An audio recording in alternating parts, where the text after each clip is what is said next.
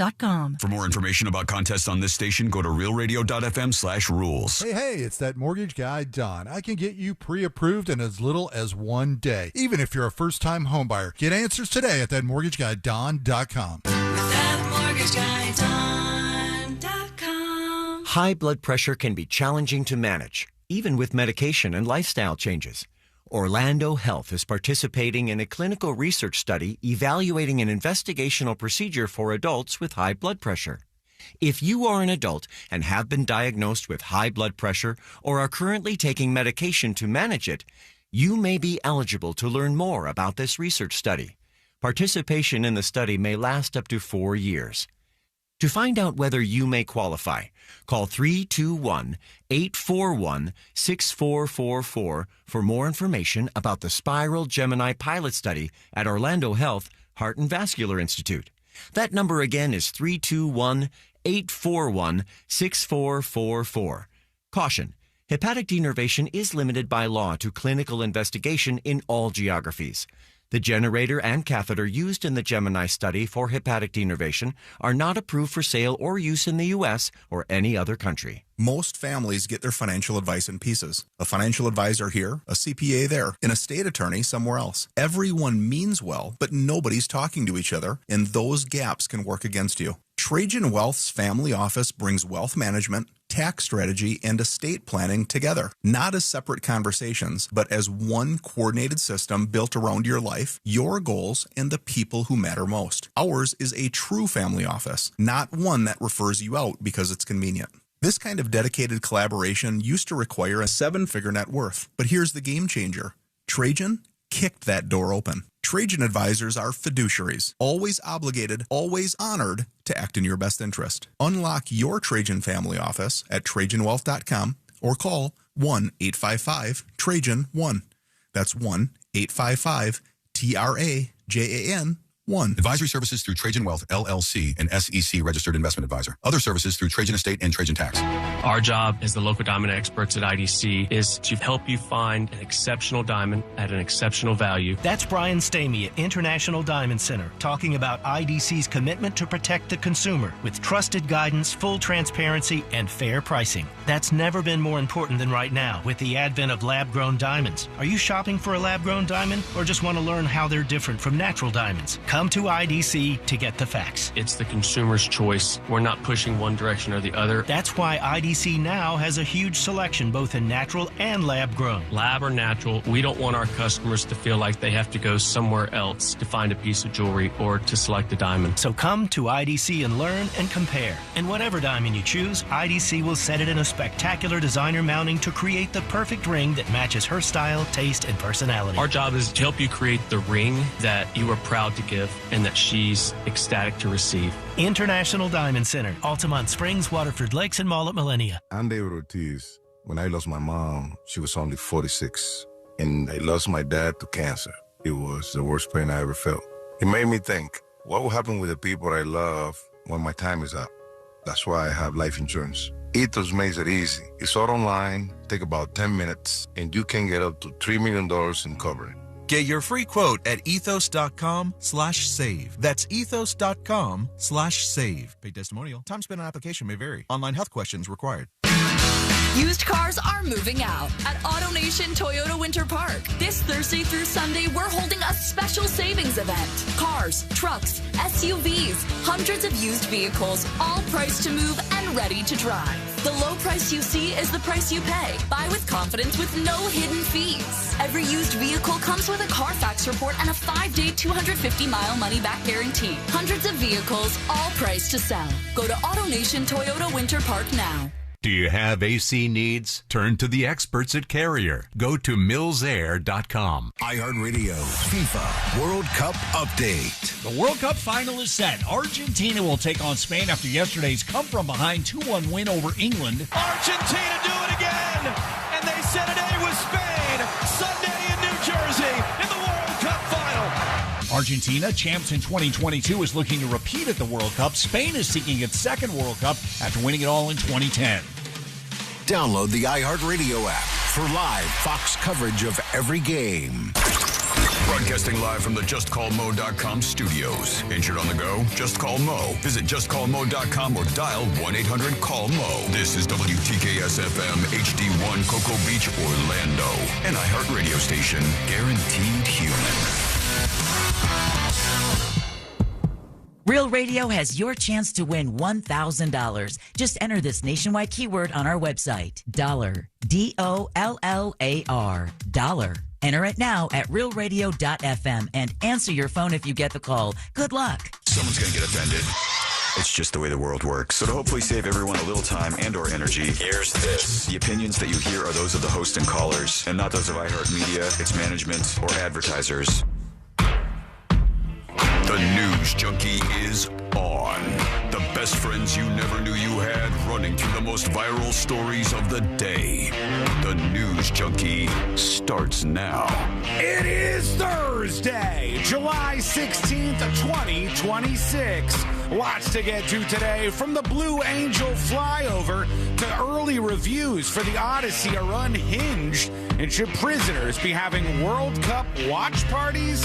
Plus your calls, dispatches, emails, texts, and more. C-Lane is here. Hello. So are you. Send us a dispatch over at thenewsjunkie.com or use the News Junkie app to send yours today. You can also watch the show on YouTube and twitch.tv/thenewsjunkie. Your messages coming in real time. I said that all sorts of sideways. Yeah. How's everybody doing on a Thursday? I was like, did he switch it up? Is today day one of the switch up?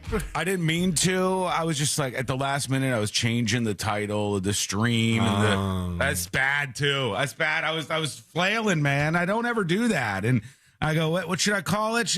This, that, and then you do a couple generic ones like, I can't take it anymore. And then I realize, okay, I've just got to start the show here. So here we are. We've got a lot health-wise, to talk you're about. all good. Health-wise, I think I'm all good. I might got a little bit of the cyclo going on. You know, You think so too? I don't know. Well, you really do? You think you might have it? I'm nervous. What? You having like explosive? It's not explosive. But it's in the ballpark? What? Is it a spark? It's not solid either. Well, see, this could be the problem. I'm nervous. I texted my wife this morning. I said, babe, this is how it ends. This is how. Here's the deal. You're going to have to do the show from the bathroom if you get the cyclo. If you get Here's the thing. Any other time, I would say, that's cool. Let's run a really long cord. I won't put the webcam in there. We could just have like a little picture of me. No webcam. What the hell? But there is a party at iHeart HQ today. Yeah? What are they celebrating? Christmas in July. Oh, great. Perfect. And so are you worried about the bathroom being full of these people? Yes. I can't do a bathroom radio show when stuff like that's going on. Okay, I'm going to change it then. I'm changing it. The title's going to be, I think we have the cyclo disease. That's. I don't know. I don't know what's going on. It's spreading around. We'll get into the latest on that in just a little bit here on the show, obviously, right now. Let's start by putting our ears to the ground, our fingers on the pulse. Let's see what's happening in this great, big, wide world of ours. And we're getting ready for the World Cup finals. That's right. So some of you folks can party as hard as you possibly want to, and some of you folks can get done with people talking about soccer for the entirety of the year. Those are the two goals, right? Half of you want that kind of goal, and half of you want soccer to go. Okay, all right. Half of you want soccer to just go away. That's kind of where you're at right now. Let's see what's happening on Sky News as England lost. They lost to Argentina 2-1 in the World Cup semifinal. The English fans were very angry. The Brits were not happy about losing, obviously. And Argentina is going to go on to play Spain in the World Cup final, so that should be exciting. But the Brits were angry, and some of them were really drunk. The reporters were out there trying to cover this. Here's one of the interactions that went a little south. If anything, if there's any punishment... Should we talk about the Falklands? They have... Don't cry for them, Argentina! I'm sorry about that. The truth is... There's been a lot of fans who've had a lot of alcohol today and spent an awful lot of their money. Yeah, I like how she gets into that. There's been a lot of fans that have had a lot of alcohol today. You talk about the Falklands. Yeah, he brought up the Falkland Islands, which for those of you who missed it yesterday, I briefly told people what's going on here. The Falkland Islands are a little chain of islands off the coast of Argentina, which is to the very south of South America, a long strip on the east coast of South America, the long skinny part on the right. Right off the coast of that, Argentina has these little islands called the Falkland Islands. And Argentina says those are our islands. And England says those are our islands.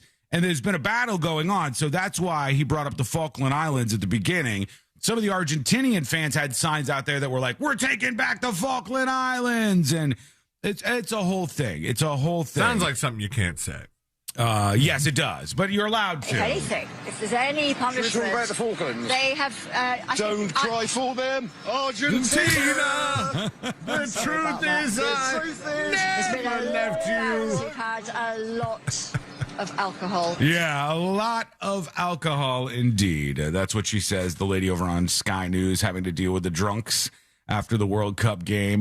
I was going to open up with another clip for you guys, but I couldn't bring myself to do it. I'll play it here. I'll try to keep it around for a bit, but the Argentinian broadcast was literally so intense that I thought it would be too much for you guys to start the show with. Like the guy I from can't Argentina, imagine that it would be too much. Like, what would you mean? What's too much? I feel like the guy almost had a heart attack, and it was so much that when you watch it, I go, I think it's too much. It's going to be an assault on the eardrums of you, the listener, today. I'll give you an example of what I'm talking about here, because this is why I had to switch to the other drunk guy clip at the beginning to start the show. This is the Argentinian World Cup broadcast. Abierto Nico González y Argentina entusiasmado, embalado, con fe, vamos. Va Nico a buscar mano a mano, lo marca Conza, no deja atrás para Julián, viene para Julián, entrega para Enzo. Okay, so far he's just doing a play-by-play in another language, and he's really intense about it, but, it gets more. Enzo abrió la cancha para Nico, va para Nico, mete por abajo, le queda Alexis, apuntó y paró, palo, va para Messi, Valeo. Messi, I heard Messi. I saw Messi. Por eso otra cosa, viene Messi. Valeo. Messi again. Messi mete el centro.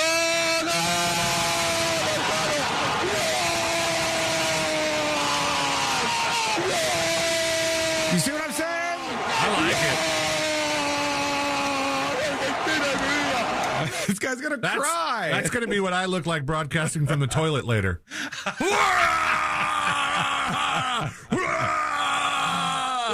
They will have the score on the bottom: Cyclospora 1, Sealand 0. Yeah, not doing so well. So there they go. The congratulations to the final teams, which is Argentina and Spain. They're now headed for the World Cup finals, and the rest of you can get past all this World Cup stuff, right? So that's going on. The other thing that's super interesting is we started the show yesterday with this clip of these Canadians driving a train through an inferno. And I mean an inferno, because California is on fire. Fire in every direction. Canada is on fire right now. California is probably on fire somewhere too, but Canada is on fire right now.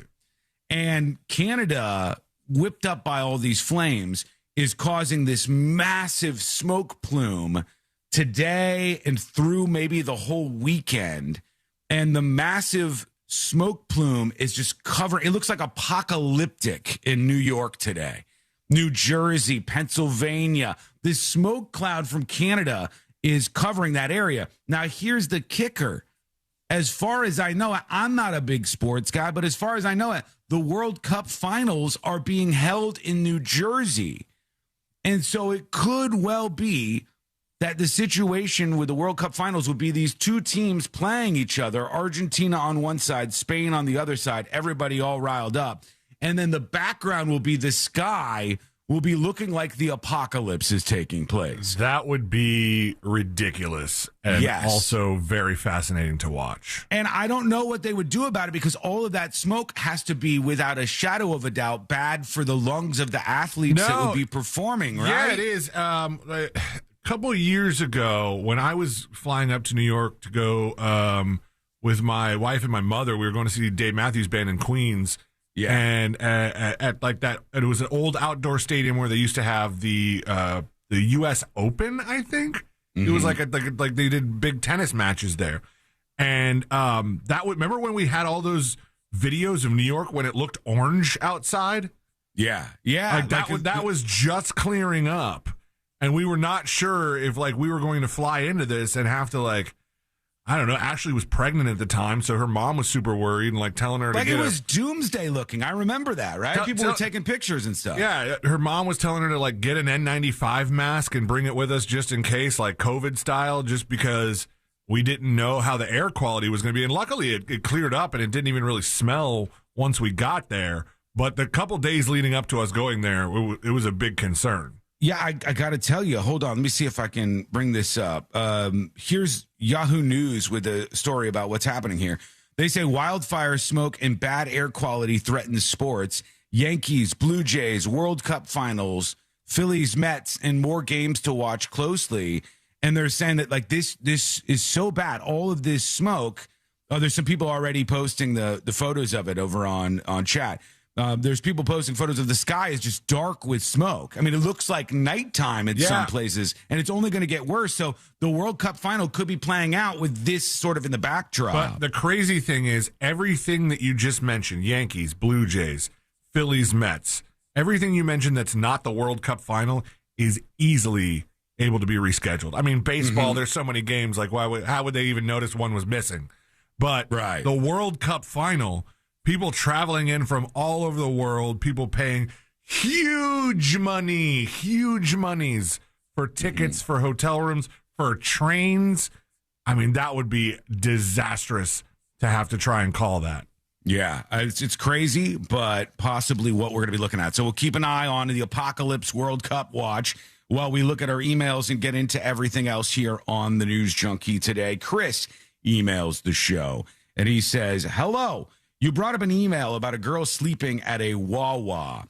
They aren't marketed as rest stops. A decent amount of Wawas even went so far as to take out their tables and chairs and installed tables where you can stand or didn't even replace them at all. The problem is at Wawa, they just don't want people hanging out there all day. The woman who emailed said she was tired, but if she keeps it up, she's going to get trespassed from that store. She said she was struggling to find a job out there doing delivery, and she would nod off every once in a while. She wanted to be safe, so she would go sleep at the Wawa after getting gas. And she was a customer, but that person's saying she could get in even more trouble. The battle over daylight saving time, Todd emails and says to tips@thenewsjunkie.com, our Congress is so dumb. I agree that changing the clocks twice a year is silliness and should be changed. But why would they pass a law to stay on daylight saving time when the rest of the world is on standard? Sir, I introduce you to the metric system. The rest of the world uses it. The United States of America has said, no, thank you. No, too simple. So when everybody else gets the United States of America, they see signs that say miles per hour, and we measure things in inches and all sorts of other stuff, and they go, what? What is this? So this is par for the course for the United States of America to go a different direction than everybody else time-wise. And does the rest of the world observe some sort of daylight savings? He says the rest of the world is on standard time. I don't know if that's true or not. I don't know enough about that. I'm going to look it up. Okay. I guess the same reason we don't use the metric system. He said, you mentioned it too. By staying on daylight saving time, the Eastern time zone will permanently match the Atlantic time zone, creating one giant time zone instead of two, he says. Enough of this. And finally, this person emails tips@thenewsjunkie.com. Hello, Sean. I'm a listener to your podcast and a former police officer. I'm writing to share a personal experience that supports your point about how the media can misrepresent the actual facts of a story.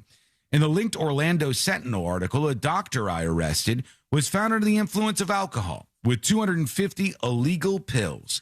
As a former licensed pharmacy technician, I knew the pills she possessed were completely legal or were completely illegal.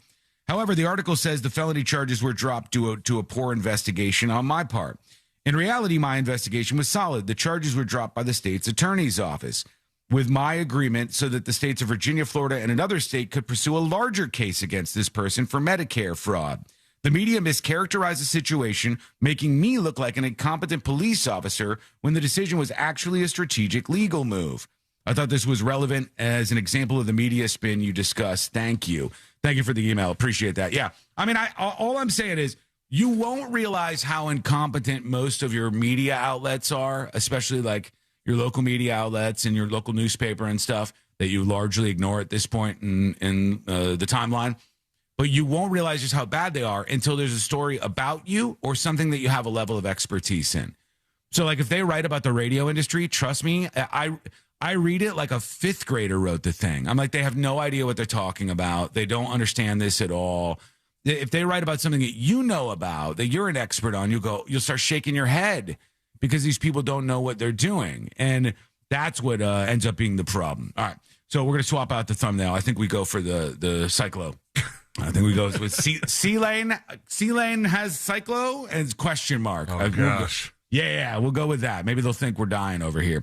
You can watch the show on YouTube, youtube.com/thenewsjunkie or twitch.tv/thenewsjunkie. When we come back, another one of these low flyovers happened, and it's getting a bunch of attention, and people are saying, like, we should investigate, yada, yada, yada. This does seem kind of crazy to me, legitimately, and I think it will to you. I'll tell you what actually happened here this time, I believe, with the Blue Angels, and then I'll tell you what the response to it has been. It's pretty crazy if you haven't heard any of this, and it's coming up next on the News Junkie. Real Radio is on Instagram at Real Radio 1041. Sponsored by the law offices of Anajar and Levine Accident Attorneys. Call the law offices of Anajar and Levine at 1-800-747-FREE. That's 1-800-747-3733.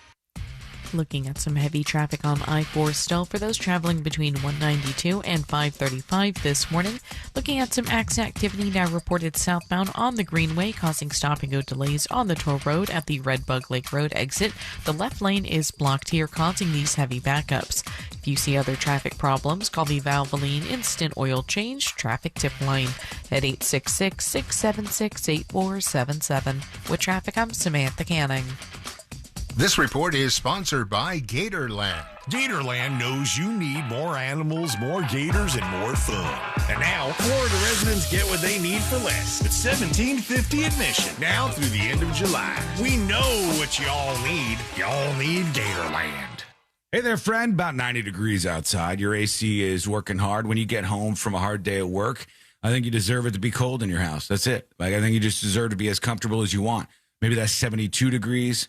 Maybe that's 76 degrees. Oof. Maybe that's 69 degrees. I have no idea. I just want you to be comfortable. And if your AC is not doing it for you, then you call Mills Air. It's as simple as that. Don't try to fix it yourself. You're going to zap yourself. You're going to break more than you fix. And then you're going to end up calling the folks out there that are experts that handle this all day long. They know your AC. They've done it before. They've done it many, many, many, many, many times. And that's why they're the best. Mills Air. Those are the experts that you reach out to when your AC has a problem. They're also a Carrier factory authorized dealer, and they're one phone call away. 407-277-1159.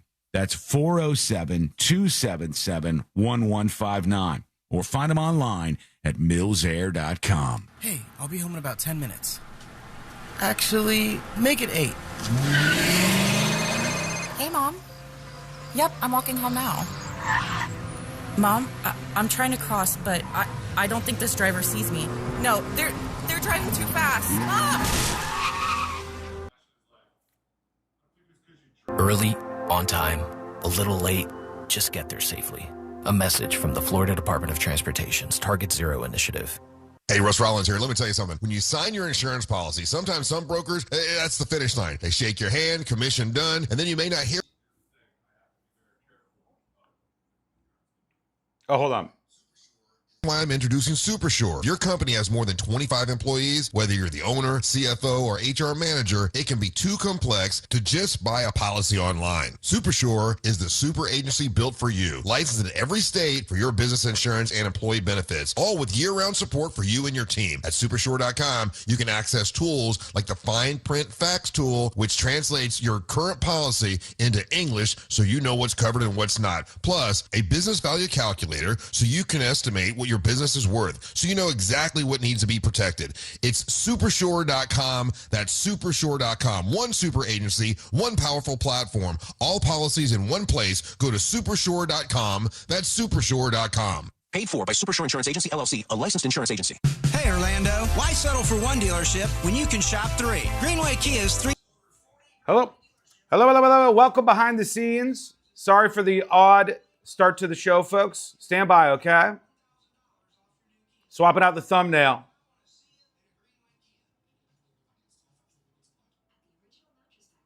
Oh, that's an epic thumbnail. That is an epic thumbnail. That is a real winner right there.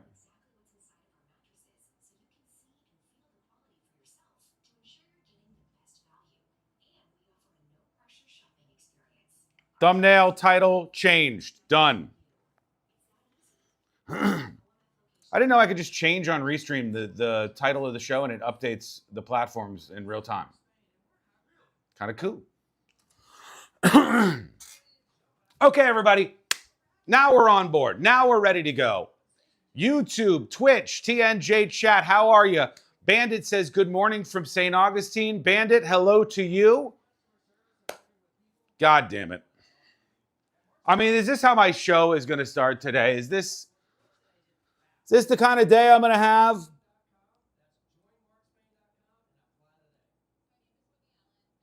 Guys, I'm sorry. I am sorry. Okay.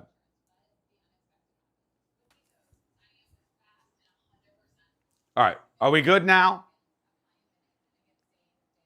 Bootsy, look how good that thumbnail looks.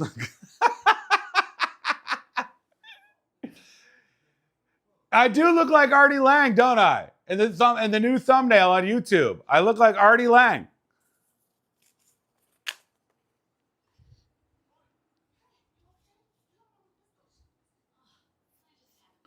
I know he's supposed to look sick, but he looks like a dirty hobo. So true. So true.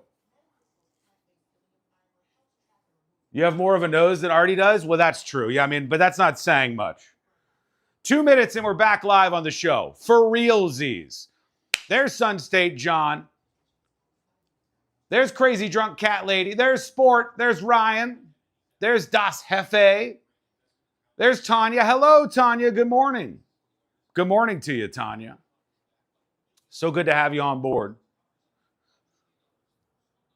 All right, here's the deal. Tonight, after this epic episode of the News Junkie, there will be at 8 p.m. tonight, 8 p.m. on Thursdays, a secret show live in this studio. I want you to be there, but I want you to help us rally because we are just about at the record level for Secret Show subscribers. Your support is coming through. It is being appreciated and seen. You can subscribe over on thenewsjunkie.com. It's as little as $2.99 a month to support the show. You get full access to everything, including secret shows and an ad-free version of the stream at thenewsjunkie.com. And you can go a little above and beyond. You can hit that gift icon. You'll get a shout out on the show. We will mention you and put you on the leaderboard for gifted subscribers for the month and the lifetime. I want to see what kind of numbers we can put up today. Let's get to those record numbers, baby. Let's get there, baby. All right. It's time to do this for real. Sun State John, good luck with the eye thing. Good luck, buddy. All right, here we go. Guaranteed. Hundreds of vehicles, all priced to sell. Go to AutoNation Toyota Winter Park now. As America marks its 250th anniversary, we're looking back at 2.5 centuries of rebellion and liberty through the eyes of the heroes who defended it. The whole thing about this country is freedom.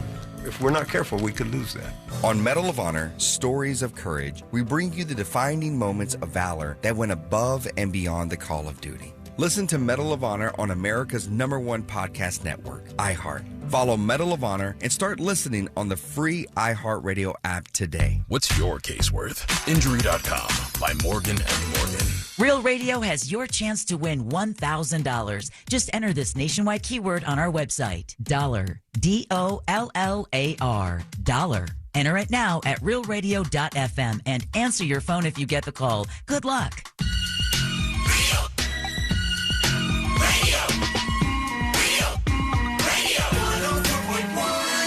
Filling you in on the shocking details. Just try not to pass out. This is the news.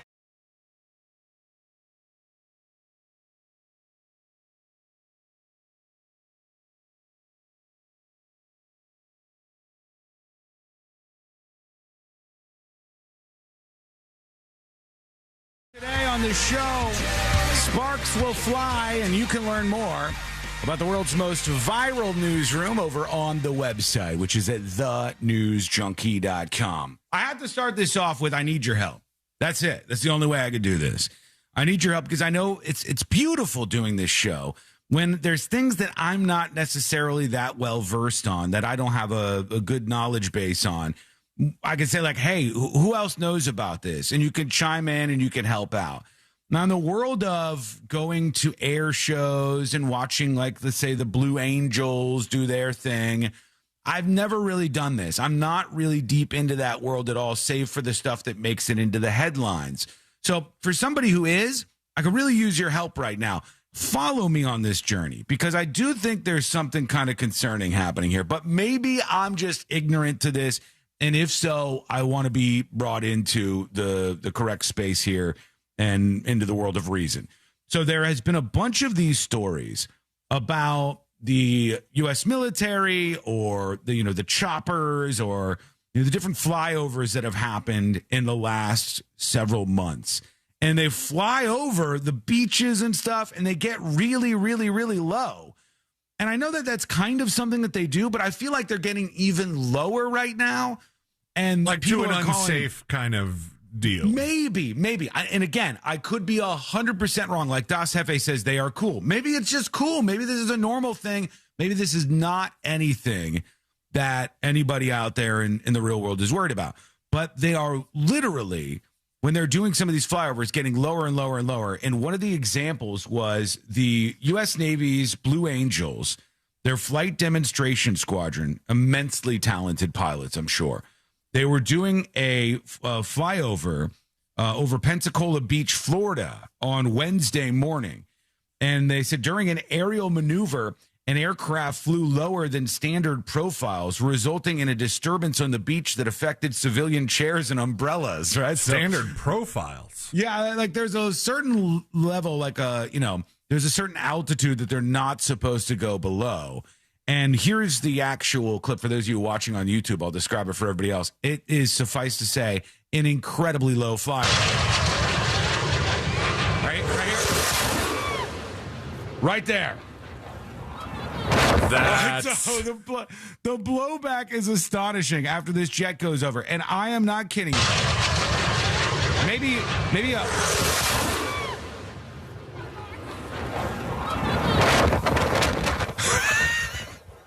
See, I would be worried about getting sand blasted in my eye.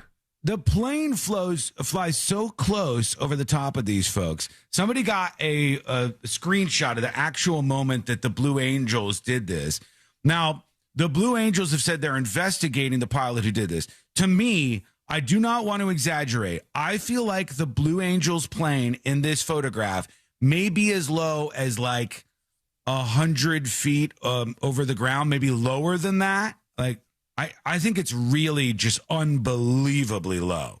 Like, I'm not going to say somebody could have touched it, but it's hard to tell in a photograph if you're being deceived by the distance that something is away from you.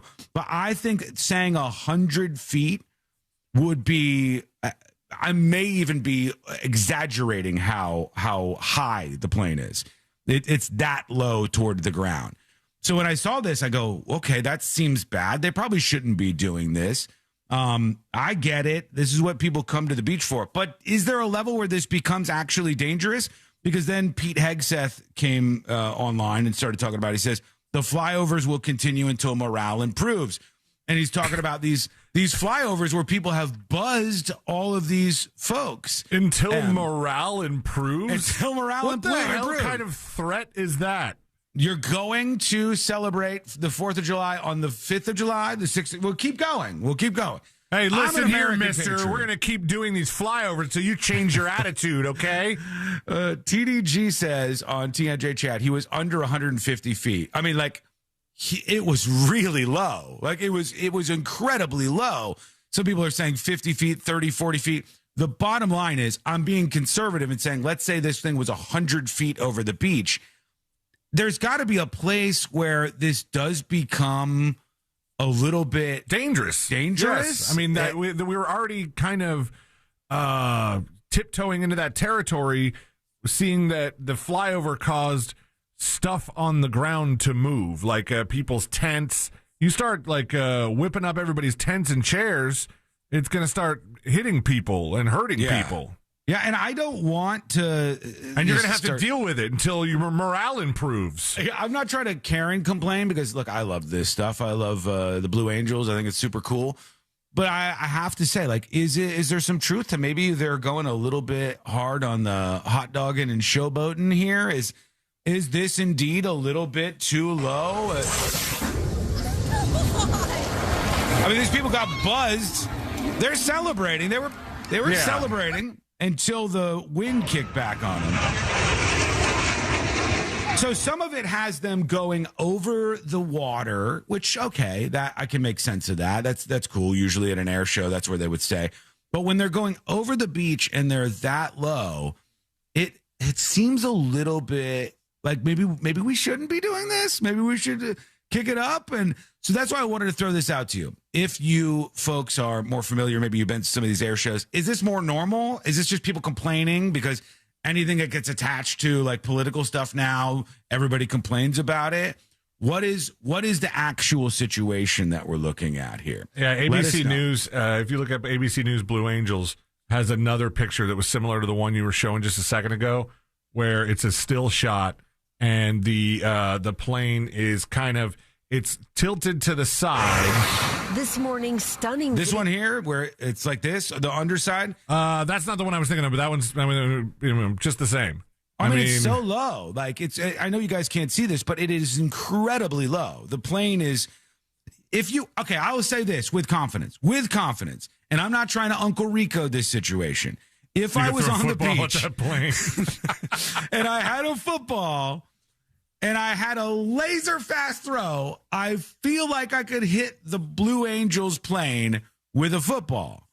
Again, I'm not trying to concern troll here. I feel like it was that low, and that maybe that is too low for them to be flying these things. Like, keep flying them. They're super cool, but maybe a little bit further away from the beach and maybe not buzzing over all the time and maybe not thinking that this is totally cool every time we do this. I'd be curious if you did throw a football at a plane. Mm-hmm. You want to see it now? Is that on you or is that on the person flying the plane? I think it would be on the person flying the plane. They shouldn't be low enough so I could throw a football at them. Now. I mean, like, I get people shoot lasers at planes all the time, and it's a huge it's a huge presence of danger when you hit that, when it hits that like window of the cockpit, and it's really bad, and people get arrested for it all the time. That's very bad. Shouldn't do it. That's on the people shooting the lasers. Football. Should you be close enough that I can throw a football at you? Yeah, and I don't want the headline. Radio host throws football. DJ. Yeah, Blue Angels pilot distracted, crashes into beach full of patriotic onlookers. Like, I don't want to be that person. Point Blank Ted on Twitch says it's super illegal to throw stuff at aircraft, even drones. Oh, I know. I know that. I think that this thing was literally that low. And that, to me, I could see some room for concern there. I could see some room for people to go, hey, let's dial it back a little bit. Let's showcase our planes. Let's showcase our talents.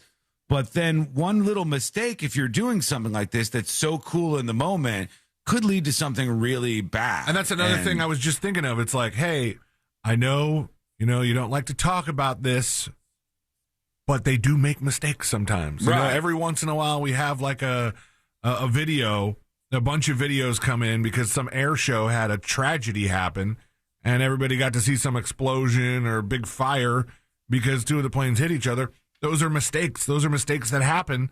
And if that mistake were during this flyover where they were 150 feet, 100 feet above the people on the beach, and they zigged when they should have zagged, that's a bad zig. That's it, though. I mean, look, here's an example. CNN has this headline from a month or two ago. The U.S. Navy lost $136 million worth of jets in an air show crash. Why risk it? Now, this is CNN's like trying to get them to get rid of the air shows and bringing the cool planes out there and stuff. But I said, why risk it? Don't go out here at all. I'm saying, isn't there a way we could do this, but maybe not do that really, really, really close buzz over top of the people at the beach? Or maybe if you guys love this, like if everybody's going into it and they're like, that's what we want. Well, yeah. I'm telling you right now, the Pete Hegseth saying when morale improves, the morale of the people on that beach was probably high as hell. I mean, just really, that is exciting to see. You know, it's like the people at we're Monday morning quarterbacking this. They probably had the time of their lives. Yeah, we know that one airport where the planes land so low. Yes, and the people line up by the fence, and when the planes land, their engines like blow the people back. I don't know if going to an air show is like being there, so you expect that these sorts of things are going to happen, and this is just part of it. So that's why I want to hear from you. If you folks have been to a bunch of these, how would you feel about this? Let us know what you think. Send a dispatch over at thenewsjunkie.com or email the show, which is tips, T-I-P-S, at thenewsjunkie.com. Just so you know where we're coming from, I'll put the actual video of the flyover. I'll put that up on See It Now. So if you are familiar with going to these events, if you could tell me if this is crazy, if this is different than you normally see. So that'll get that conversation going. Have we gone too far with the flyovers, or am I just being a little whiny baby? One of the people at the beach said, I've been coming for 10 years. I've never seen a pass like that in my life. I literally thought we were going to be taken out by the Blue Angels, but it was amazing. but it was amazing. Yeah. So that's what I don't want to sort of yum. I don't want to yuck the yum of the people who really are into that. So go take a look and let me know if I'm wrong about this. Send a dispatch or an email over at thenewsjunkie.com right now. Quick break. When we come back, we'll get into that. We'll get into more of the smoke blanketing the East Coast and what's it going to look like for some of the big games coming up later on this week. We got somebody chasing down a heckler, and that's just the beginning of things. And that is coming up next on the News Junkie. Real Radio is the Jim Colbert Show. I think everybody on the show, all the males here on the show can agree, we're dating way above our grade. Yeah. Like Jack married way out of his, way, way, way out of his league. She's talented and beautiful. Hello. Welcome behind the scenes. Skull mic activated. Let's see here.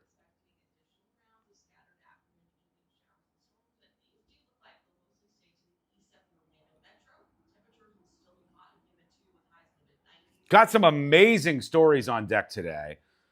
First things first, I'm going to hit this when we come back. Big, fat thanks are in order. Big, fat thanks are in order. DJ Rage with the 12 gifted subscriptions.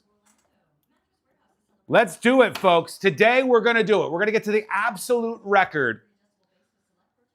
Send a message to the suits. Let's show a little force here. Get the needles moving. All you have to do is go to thenewsjunkie.com and subscribe or hit that gift icon. DJ Rage, thank you so much for the support. Let's have that start things out here today. We are that close to an absolute record for Secret Show subscribers. It has been like an upward graph that is so amazing. But I think we can hit a record for Secret Show subscribers. And honestly, if we hit this record today, we will be about, I would say around like 25% to being able to be completely independent from any corporation having anything to do with this show. That's the path, baby. That's it. That's the path. So go hit that gift icon on thenewsjunkie.com right now.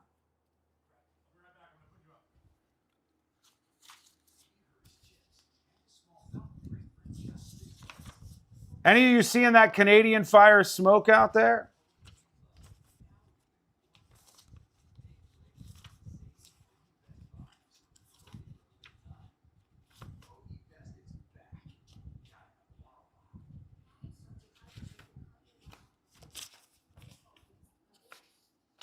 Okay.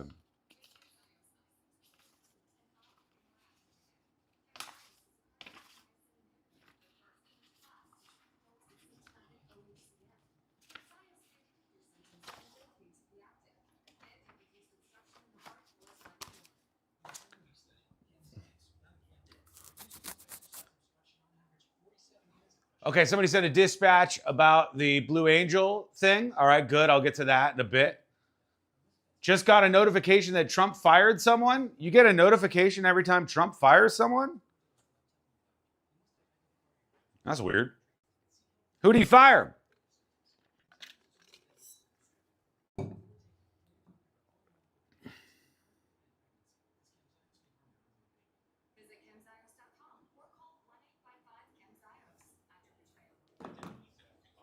Okay, let me see. That was 11:15.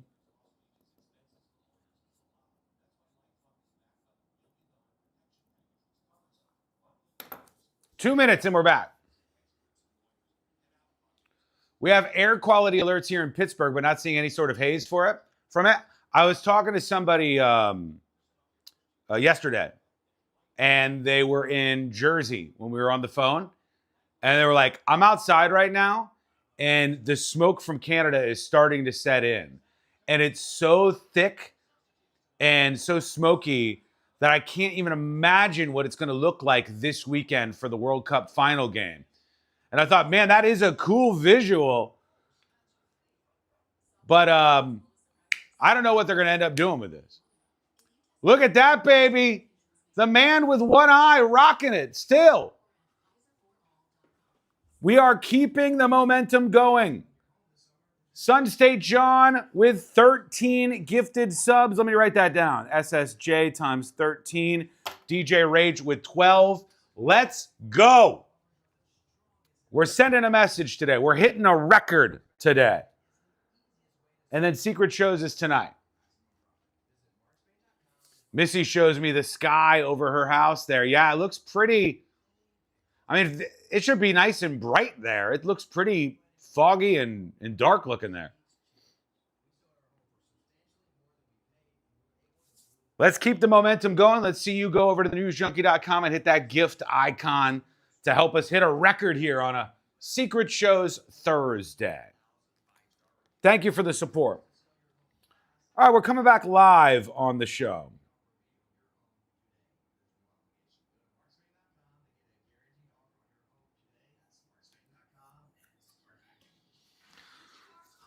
Here we go. Your home today. There's no obligation. Go to markspain.com to get a guaranteed offer on your home today. That's markspain.com and start packing.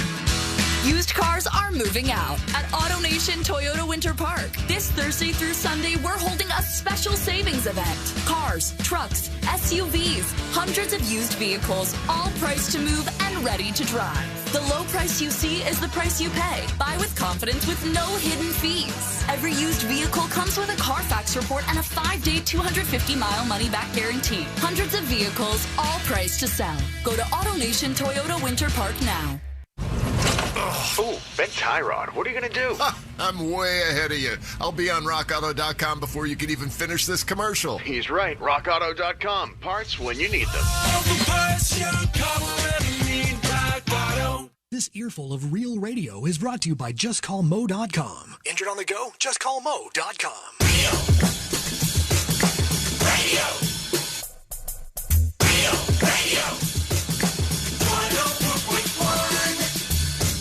Filling you in on the shocking details. Just try not to pass out.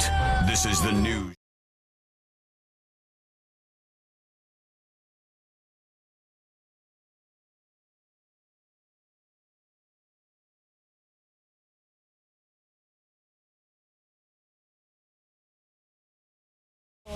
of the weirdness out there in just a moment. I want to hear from you, though. Your thoughts. Send your dispatches over at thenewsjunkie.com right now. A guy got a DWI. Some states it's called the DUI. There's different ways to say it, but it's drinking and driving. We all know that. A guy, C-Lane, in Texas. Don't make it sound so fun, man. It's drinking and driving. This guy in Texas, C-Lane, got a DWI, and he was sentenced. And I know people that have gotten DUIs or been, busted drinking and driving. And the first time they give you a little bit of a slap on the wrist and you pay some fines, and it's an issue. The second time they get a little more serious. This guy just got sentenced for a DWI, and he got life in prison. Ooh. This guy is going to be spending the rest of his life in prison. Is this his 22nd DWI? That matters, right? To me, that matters. But to some people, I guess it doesn't, because I saw a lot of people freaking out, and they go, drinking and driving, and this man is going to spend the rest of his life behind bars. And I say, no. Recidivism, continually committing the same crime over and over and over and over again. And this guy is going to spend the rest of his life behind bars. There's no chance. I can see the number now, so I know. There's no chance this dude has a license. He's driving intoxicated and illegally. Even if he was sober, he shouldn't be behind the wheel. What do we think, folks? Do we think this is too much? Because here's the story: man convicted of his 12th DWI, that's drinking and driving, busted 12 times. He says he was the 10th one was free. He says he was simply unlucky before being sentenced. And when the sentence came down, they said this guy, for drinking and driving, as far as I know, he didn't hit anybody with his vehicle. Nobody was injured. There isn't some sort of vehicular manslaughter twist to this. He got a DUI, and he's being sentenced to life in prison. But the twist is that it's his 12th DUI. Is that fair? Is it after some point in time, you just go, do it again, and you're getting life in prison. And then they do it, and you go, here you go. See you later, pal. You're a danger. That's what prisons are for. They're for people who are a danger to the rest of us so we can live our nice little lives while they rot away. I'm surprised that legally life in prison is an option for a DWI. Now, I understand that they are trying to make this really harsh because it seems that the narrative is this man does not care what happens to him legally. He will continue to drive a car. I know he doesn't have a license. He will continue to drive a car anyway without a license, and he will continue to get drunk before he drives that car.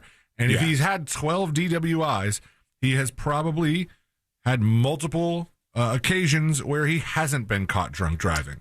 Yes, there are people, though, saying, on YouTube, saying that life in prison for a non-violent crime is nuts. It is non-violent. It's kind of nuts, though, and that's what I'm saying. I'm surprised that, when you kind of look through the law books and go, all right, here is, the news does this. They say, hey, this person committed this crime. He's facing this many years in prison based on his charges, right? They look up what the penalty is, what the maximum penalty is for all the charges, and they add them up, and they say this person could face this time in jail or prison for what they've done. I'm surprised that there's a law somewhere that says, hey, for a DWI, enough times, life in prison is crazy. Yeah. I'll give you the other details of his story in just a second here, but where does this stop? Not that I disagree with it, because legitimately, I think that we need to increase punishments over time for people, right? So, if you steal from the Target one time and they let you go, fine. The second time, they throw you in jail for a little while. The third time, maybe a little longer. But if you steal from the Target 12 times and they give you life in prison, I think people would go, whoa, hold on, right? So at some point, the crime becomes enough that if you've done it 12 times, then people will be okay with spending the rest of your life in prison. I do not think people think if you get busted shoplifting 12 times, you should get life in prison. No, I do not think people would do it. But people will do it with this, with DWI. They'll go, DWI, bro, got arrested 12 times? Of course you're going to get life in prison eventually. That's what he got. Here's what happened to this guy. A Texas man will spend the rest of his life behind bars after being convicted of driving while intoxicated for the 12th time. according to law enforcement. Raimundo Ayala, 74, was convicted by a jury in Randall County on one count of driving while intoxicated, DWI, being a third or more offense, according to a press release. The jury later sentenced the defendant to life in prison. Driving while intoxicated continues to endanger our community, and this sends a clear message. Those who repeatedly choose to drink and drive will be held accountable, said the district attorney. The underlying incident occurred on August 9th, 2025, when a state trooper observed the defendant committing multiple traffic violations. The trooper recognized signs of intoxication. He made them do the breathalyzer test, and the guy blew a .213, which is obviously very drunk. .08 is the limit in a lot of states. He was well over 2.5 times the legal limit in the state of Texas. They heard about at least 2 prior DWI convictions, which would make his offense a felony typical punished by 2 to 10 years in state prison, but this time was different. When you get to 12 DUIs, the likelihood that one cop has arrested you twice is so high. Yeah, they're going to be, you again? Oh, my God. Here he goes. During the guilt phase of the trial, the jury quickly returned a guilty verdict, the district attorney's office said. Then jurors were asked to listen in and weigh in on the punishment phase. This time around, the state's presentation focused on obtaining a sentencing enhancement by showing he had 11 prior DWI convictions, had been sentenced to prison on 6 such offenses, but continued to do this. So he was a habitual offender. Then they gave them the option, the jury, to sentence the man for this 12th DWI anywhere from 25 years to life in prison. During the punishment phase, they said, "Why did you get so many DWIs?" And the man stepped up and he said, "I was unlucky. That's why this happened to me." So they said, "You think you're unlucky?" Bro, no, you're not. Yeah, this is not lucky or unlucky. This is you making a choice to drink and drive, and you made that choice so many times that you were arrested 12 times for DWI, and the jury came back and said life in prison for this, for a nonviolent crime, which is interesting. Maybe people are turning the corner a little bit, and they're tired of seeing criminals slapped on the wrist, and they're tired of seeing people commit the same offense over and over and over. They're tired of seeing a tiny amount of people drag down the quality of life for the rest of us. Like I said, that's what prisons are for. They're to keep us safe from the other people, the antisocial goons who get arrested for crimes over and over and over again, the people with no impulse control that get roped in. And talk about no impulse control. You got your 12th DWI. But is it fair? Or is this not fair because it's not a violent crime? Life in prison. Let us know what you think. Send a dispatch over at thenewsjunkie.com. Do you think that you would look like such a bitch in prison if they were like, "Hey, what are you in for?" And he's like, 12 DUIs. And they're like, "Are you serious? I murdered somebody. I killed somebody. I strangled them to death. And you drove drunk 12 times. I think about it. Somebody could have committed a horrific mass attack on this country. And they would get the same punishment. Does he get put in the same place as all of the other violent lifers? Like, that's a decent thing to think about, too. Like, this guy who has not... Were you just going to say that's a good question to your own question? Yes. How masturbatory of me. Yes. I ask a question and go, "That's a really good question." But also, do you think this is fair? Just, I think the 25 years would have been fair.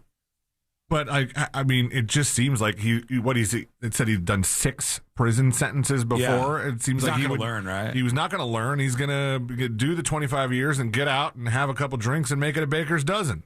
Yeah, I mean, I just think, why 12? Why not 10 or 9? And then when you do this, you would stop drinking and driving probably. If you told everybody 3 strikes and you're out on DWIs, you're going to go to jail for the rest of your life. I think that would probably change the way people behaved, save for some folks who we probably want behind bars to begin with. But I want to hear from you. Tips, TIPS at thenewsjunkie.com. If you want to be anonymous, let us know. I'll tell you, I used to DJ. I've told a lot of stories about this. I was a DJ for a while. I worked with a blind man, very, very nice guy, very talented guy, but he was blind and he couldn't do the DJ side of things. So I did the DJ side of things, and then I sort of pointed him in the right direction and gave him the microphone, and he did the microphone stuff. Because strangely at that time, they were like, Sean, you're not qualified to talk into a microphone. Push the buttons. Push the buttons. I've still heard some people say that. So look at me now. I have a microphone. So I would work with this guy. And we would, we would go out to all these different venues and we would DJ and stuff. And there was a lot of other people who worked for these DJ companies in the area. And I learned of another DJ in the area working for the blind DJ. And I was told about this guy. And the story that I got was that this guy's a drinker, a real bad drinker. And he has so many DUIs that he has lost his license forever. And he's a DJ, so he has to get somebody, another adult, to drive him to his gigs and drop him off and with his like trailer and DJ equipment. And then they have to pick him up afterwards. And he moved to the state of Texas, strangely enough, so that he could get a driver's license, because in Florida, where he was at the time, you could only get so many DUIs and you could never get a driver's license again. But he was allowed to get a driver's license in Texas, so he went there. And now I hear Texas is taking somebody like this and going, hey, 12 strikes, you're out. Here is a lot of emails coming in on this. Barry emails, tips@thenewsjunkie.com. When I was 16, I was the front passenger of a car that was struck head on by a drunk driver at 70 miles per hour. Damn. I was unconscious for days, and at 56 years old, injuries and memories from that accident still affect me daily. The driver that hit us ran into a local bar and immediately started downing drinks so they couldn't prove he was drunk when he hit us. Heard about that one before. Despite his own passenger testimony that he was wasted, and he himself answered Budweiser when asked what medication he was on. It was obviously not his first time, and he got away with it. Nothing was done to him. More people should be locked up for extended periods of times for this, and maybe it will stop. Life is fine with me. Let us know what you think. Tips@thenewsjunkie.com. All right, couple things very quickly, very, very quickly. I want to say thank you. I'm trying to get a bit of a marathon going today. It's a Thursday. We do secret shows on Thursdays at 8 o'clock.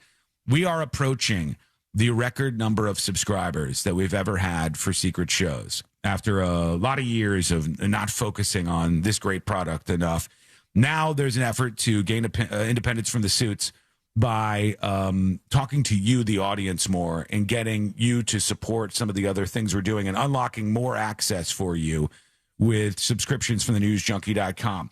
And I said, let's get something going today. Let's break this record. Every single one of you can help with just one or two. DJ Rage, 12. 12 gifted subscriptions. And followed by our friend Sun State John, who's in a damn doctor's office, 13 gifted subscriptions. And followed by Tom with 10 gifted subscriptions. All right, we're moving, baby. We're moving. Let's get those numbers up. We are going to possibly hit a record today.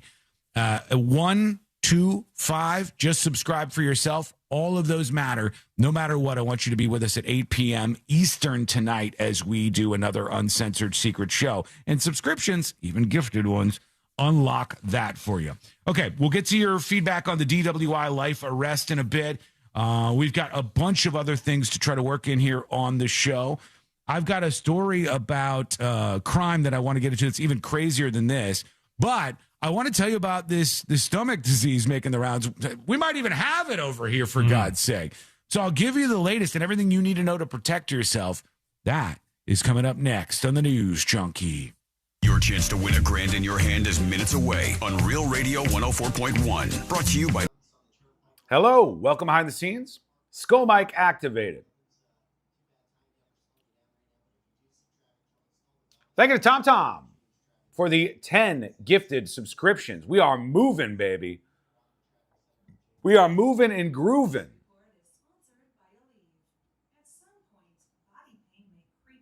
Every subscription counts,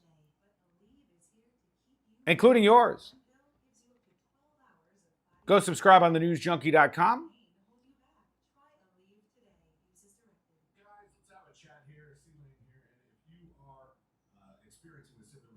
How we doing, YouTube, Twitch?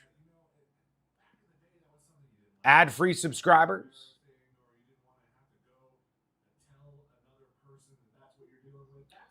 $10 unclaimed gifts available. That's it. That's what it's down to. Hello? Hi, how are you? Oh, okay. I'll grab that in a second. Thank you. Appreciate that. Thank you. Thanks, dude.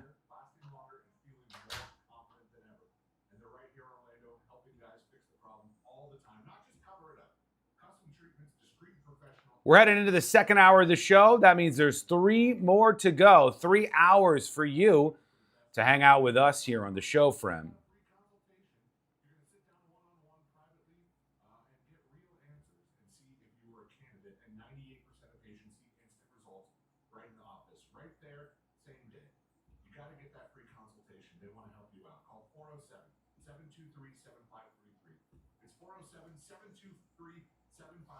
Okay.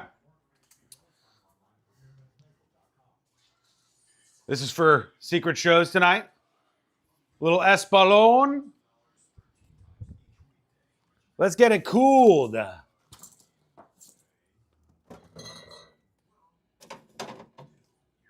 There we go. Schober, thank you for 99 months of Secret Show subscription love.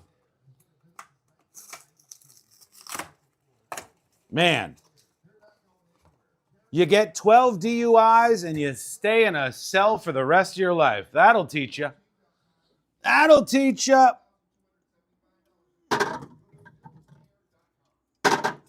Labels out.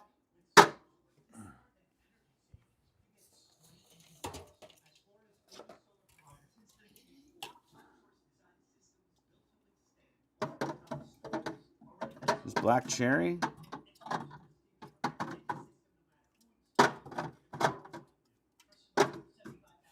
My ass crack hanging out? Please alert me.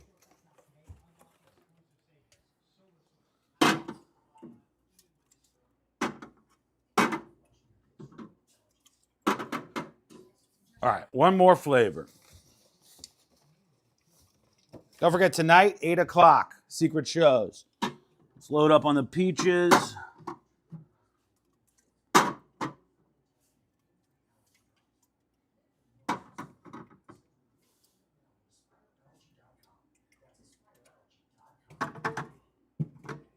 Okay. At least I did that. I always forget. Thank you. What? Yes.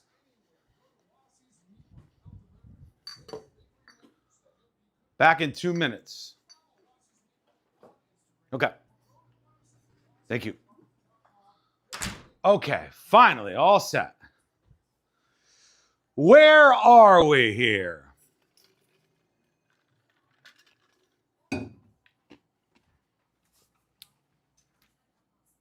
I know people who've been arrested for multiple DUIs, but thanks to their lawyer, nothing is on their record. Yeah, damn. I mean, that's a good attorney right there. Not too shabby. How many of you are going to see the Odyssey this weekend? How many of you are going to see the Odyssey this weekend? Yes or no?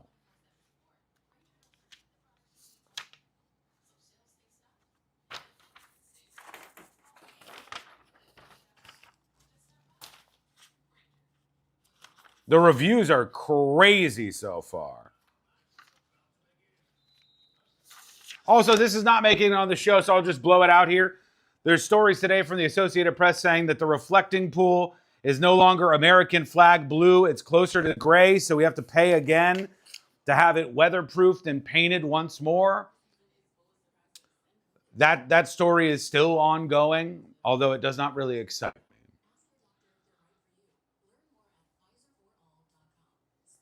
Nope, I'm waiting for streaming. That's going to be a while for the Odyssey. No, I'll wait for stream. That's funny. I literally just saw a story today that said from the Hollywood elite that people are tired of being on their couch and they're rushing back to the theater. And I said, I don't think that's true. I think people still want to watch a lot of stuff at home. I think people will go to the theater for movies that are like stand out and they're very creative. But I think most people still like watching movies at home. Cyclospora hits Florida. 60 cases in the state of Florida. 60 cases and spreading fast. Away from repeating as World Cup champions after a stunning 2-1 comeback win against England, Lautaro Martinez hit the back of the net for the go-ahead goal in stoppage time. Lautaro Martinez! Stoppage time! Go-ahead goal for Argentina! Argentina meets Spain in Sunday's final. England and France will meet in the third-place game Saturday. Download the iHeartRadio app for live Fox coverage of every game. Coming to you live from the JustCallMo.com studios. Injured on the go? Just call Mo. Need help after an accident? Visit JustCallMo.com or dial 1-800-CALL-MO. This is WTKS-FM HD1 Cocoa Beach, Orlando. An iHeartRadio station. Guaranteed human. Real Radio has your chance to win $1,000. Just enter this nationwide keyword on our website. Bonus. BONUS. Bonus. Enter it now at realradio.fm and answer your phone if you get the call. Good luck.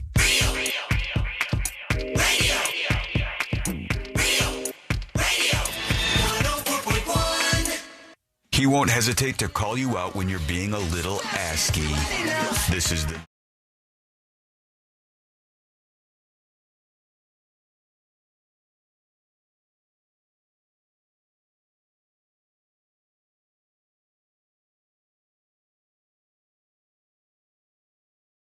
Life.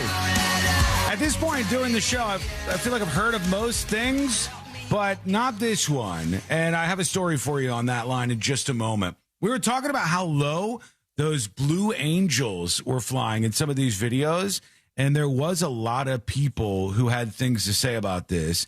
And somebody says, Ed says, to tipstothenewsjunkie.com, I don't know who goes to air shows, and I don't know who goes to air shows and doesn't want the low flyovers. I'm telling you right now, I've been to air shows over the beach, and it was an amazing experience to feel the power of those jets. If people are complaining, they need to remember they do that for the people to have the experience of a lifetime, says this particular person. You look like you just got a low flyover right now. Just the jets were pushing down on, everything was. Oh, was it? Doors opening around here. Whenever the camera shakes, it just means that one of the doors closely around here has shut somewhere. But somebody says, I thought this was AI until your story today. And they send over a link to another flyover. Oh, no, that's it. That's the one we talked about. Yeah. Some of these could be AI. I don't know. It's like a compilation of flyover videos. I just had no idea they would get as low as they do in some of these videos, including the one that has an investigation going on right now related to it. That was on a beach in Florida, Pensacola, I think it was. I think it was Pensacola Beach that they said that this had happened at. So there's some feedback on that. There's some more coming in as well that we'll get to, but it does. If you're not there for the air show, it does have some kind of annoying side effects to it, mostly the noise.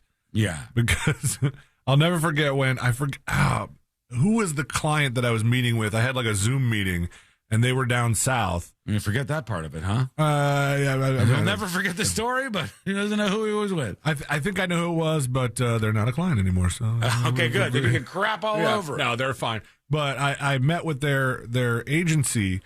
And it was a Zoom meeting, and they were like, sorry, man, it's really loud here because the air show is practicing. Like, not even doing the air show. They're just doing the rehearsals for it. And this guy's trying to tell me about their business, like, home improvement or something like that. And all I hear is like, people love them, though, man. I feel like it's a big crossover crowd with NASCAR or something. Somebody says, those air shows are a waste of tax money and just adds to noise and air pollution. Total waste, says Alien on TNJ chat. I think people do love them. There's a category of people who really, really enjoy that kind of event. I've not been to one, so I was simply bringing it up because I was wondering, some of these flyovers that are now being investigated, they do seem crazy, dangerously low to me. But if that's sort of the draw to the whole thing, then that would be like watching a UFC fight where there was a little bit too much blood and going, these guys are hurting each other. So I don't know what the case is, but that's what some of the feedback is so far. Somebody else says medium take, but I think the cyclo stuff is completely overblown and hype. The cyclospora is probably the easiest way to say it, is a legit thing, just so you know. It spreads around basically every year, but the outbreak from this year, I think, has already surpassed what the total was for last year. So the parasitic stomach illness is not new. It's not a special thing. Cyclospora is something that is, it happens each year, an outbreak of this to a certain extent. And it happens through produce that you get from food that you're eating, from a restaurant, from a grocery store, could be any place. A lot of times it's lettuce or something like that that's the culprit, and you have to be careful or wash your veggies and your produce really, really carefully. But it is real. It's definitely real. And I saw there's now over 60 cases in Florida. Let me see if I could bring up. They had a whole map that was showing just how bad this was getting, because the outbreak has spread quite a bit from Michigan, where it was at first. And here's the story. Cyclospora outbreak. In this case, it says hits Florida with more than 100 cases, and the county-by-county breakdown shows it's basically in all the counties. My theory on cyclospora is, sure, the media is going to hype orange? No, why? What do you mean? Oh, Orange County?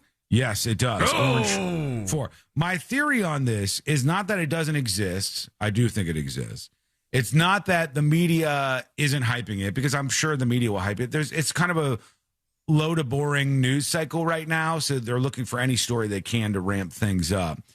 And I also think the numbers are incredibly unreported, or the reporting of the numbers is deflated much more than it should be. And my theory on that is because this is kind of an embarrassing thing to have.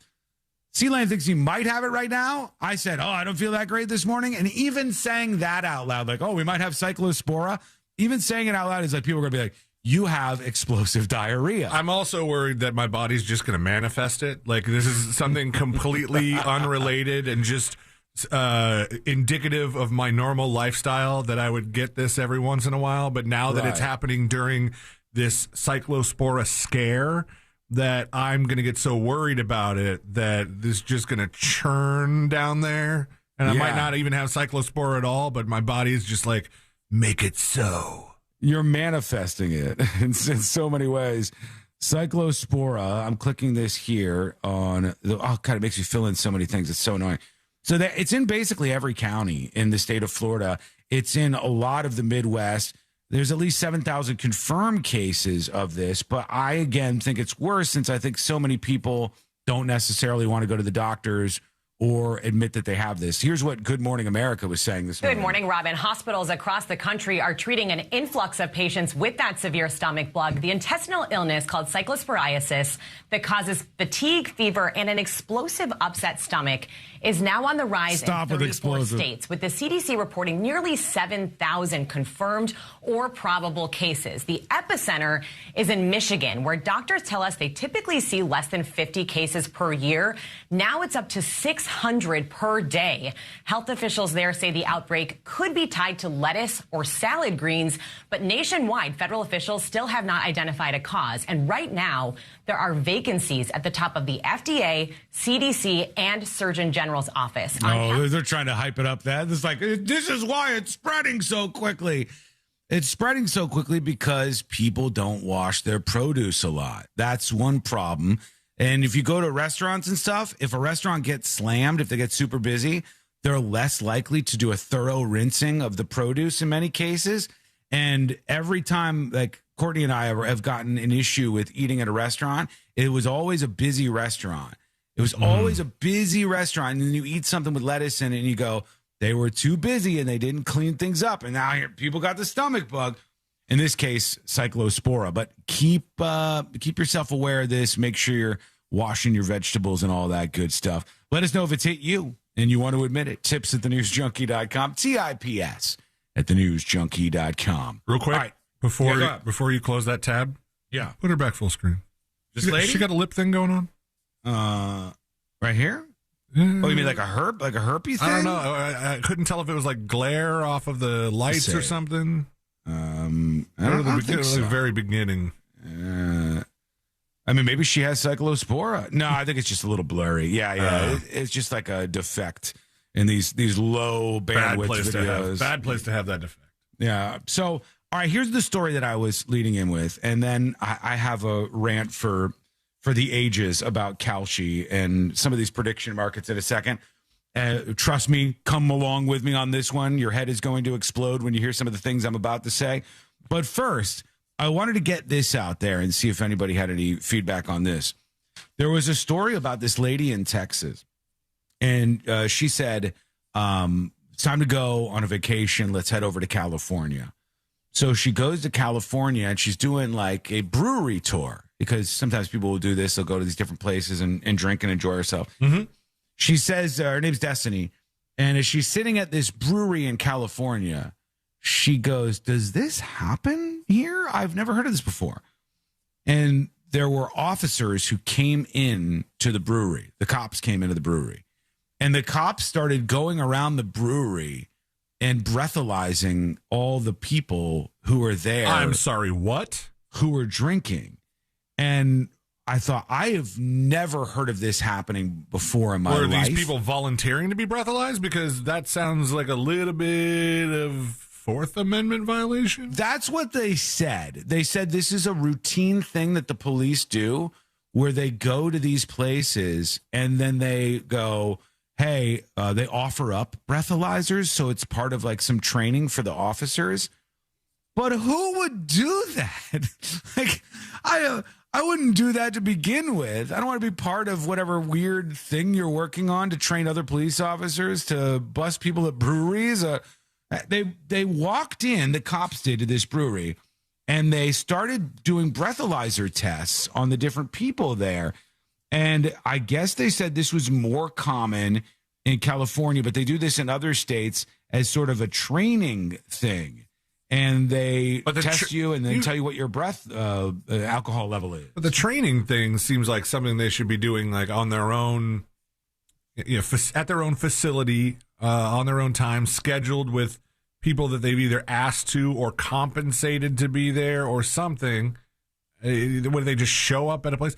I mean, I guess if you're at a bar and they word it just right, be like, hey, you want to see how drunk you are? Come over and try that. Hey, you ever tried a breathalyzer before? I got one. We're not doing anything crazy here. Nobody's getting arrested. I understand that they have to teach officers stuff like this, but it just seems weird to load into a brewery and go, hey, everybody, we're doing breathalyzer tests right now. Like, you've been to a bar that has a novelty breathalyzer machine that you can pay to use before, right? Right, yeah. Yeah, mm-hmm. And they dispense a little straw that's like wrapped up and stuff, and you stick the straw in there and you blow into it. And it's supposed to, I mean, I don't know how accurate those things are because they're just, for entertainment purposes. I don't know if people are sitting there going like, oh, 0.07. All right, I'm good. See you guys later. Bye. I don't know if I'd hang my hat on that in terms of not getting a DUI, especially now that we know a dozen of those DUIs will put you in jail for life, and at least in the state of Texas. That also, I mean, I wonder... My roommates and I had a breathalyzer that we bought one time, like on Amazon. We're just we got it was a couple $100 breathalyzer, and it came with a bunch of little plastic tips. You got like a nice one then. Yeah. We were pretty drunk when we bought it, so that's how they make their money. Kind of makes sense. That's how it works. But in the in the terms or in the manual and stuff, it says like, hey, you have to wait 15 to 20 minutes between your last drink and doing this breathalyzer. Because if you were just to like take a shot and then blow straight into the breathalyzer, whoa, world record numbers right there. Like the breathalyzer would be like that weatherman that said like everyone in Madison is dead. Right, yeah. That would spike your numbers, and so you have to wait a while. So it would also be kind of weird to be the cops and go to these breweries and go, hey, you guys want to try out a breathalyzer? You just got to sit here for 15 minutes. Yeah, and sit down, relax, and we assuredly, and this is one of my problems with the testing that they were doing in California, we assuredly will not be across the street just waiting for you to leave now that we know which ones of you have had a little too much over the legal limit, right? There's no shot that they don't do that and then end up pulling people over and whatnot. So let us know what you think. Send a dispatch on that. When we come back, I have to vent. I'm going to go on a little bit of a rant here. Here we because go. The prediction markets have been exploding. People spend billions of dollars on them. It is a new way to bet, to gamble away a lot of money.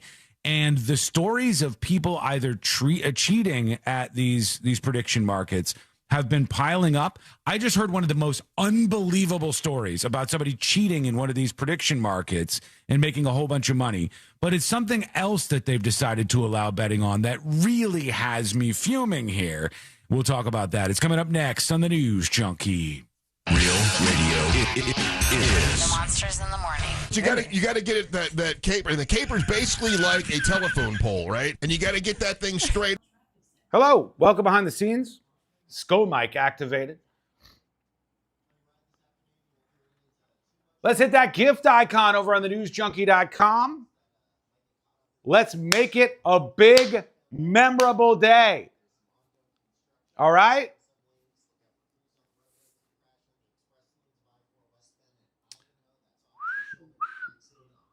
Now, the stories when we come back that have me a little heated, we might as well just peek into them a bit early here over on SCO Mike. How do you guys feel about Polymarket, Kalshi, all of the different websites that you can bet on real life events on? Do you guys love them or hate them? We'll start there because then we'll work from that into what's going on here. Do you love them or hate them, these prediction market websites? Kalshi is one. It's blown up pretty big. Polymarket's another big one. You guys might know some more that I don't know.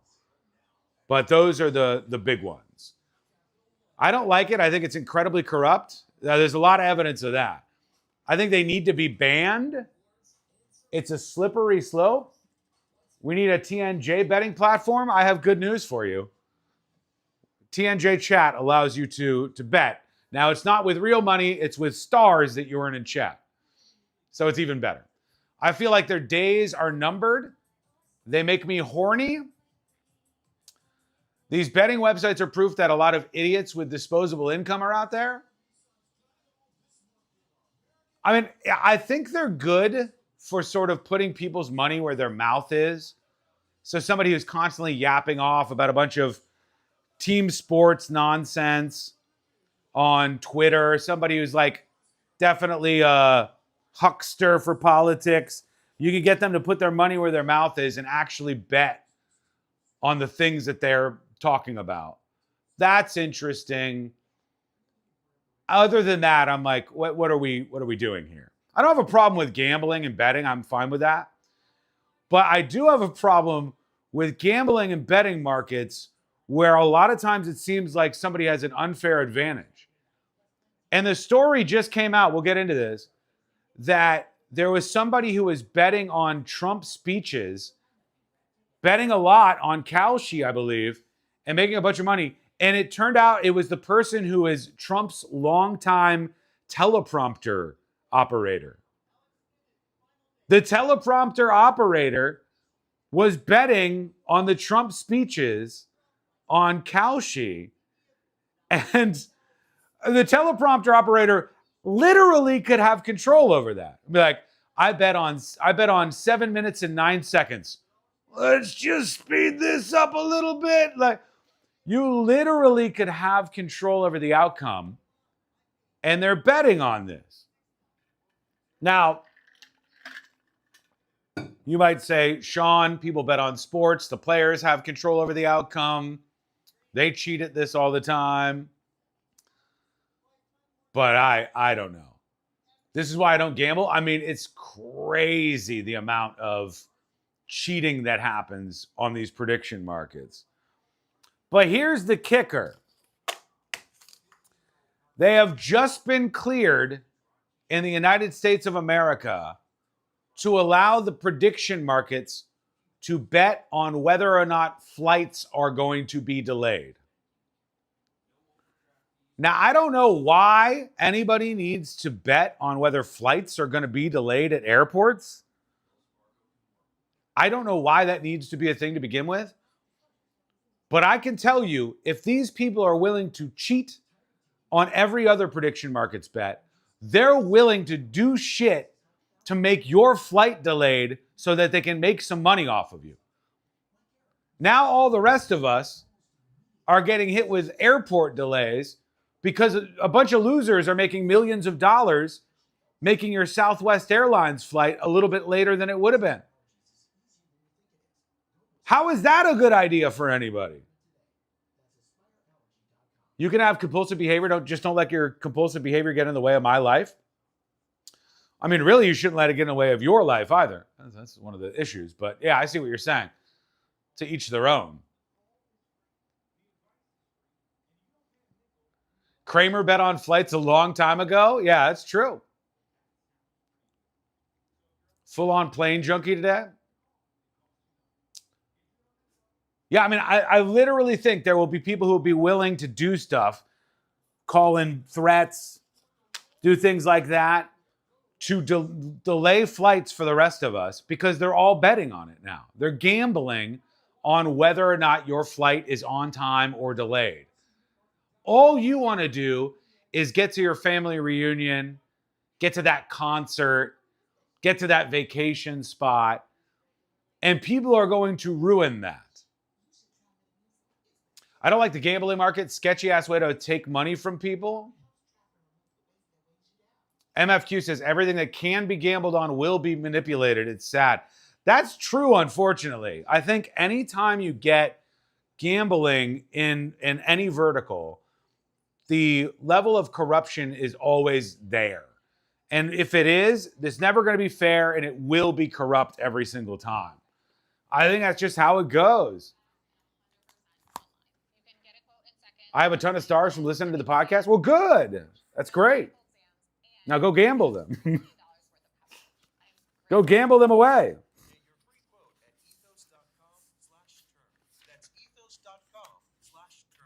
All right, we're coming back here in 1 minute. Used cars are moving out at AutoNation Toyota Winter Park. This Thursday through Sunday, we're holding a special savings event. Cars, trucks, SUVs. Here we go. Used cars are moving out at AutoNation Toyota Winter Park. This Thursday through Sunday, we're holding a special savings event. Cars, trucks, SUVs, hundreds of used vehicles, all priced to move and ready to drive. The low price you see is the price you pay. Buy with confidence with no hidden fees. Every used vehicle comes with a Carfax report and a 5-day, 250-mile money-back guarantee. Hundreds of vehicles, all priced to sell. Go to AutoNation Toyota Winter Park now. A champion will be crowned. That is a wondrous goal! And every remaining goal. Messi magic again! And save. What a save! Can be heard for free on the iHeartRadio app, thanks to Fox Sports. All the drama. Argentina! They always find a way! One champion. Spain will play in the FIFA World Cup final. Hear the action, no matter where you are. Download the free iHeartRadio app. Now. iHeartRadio.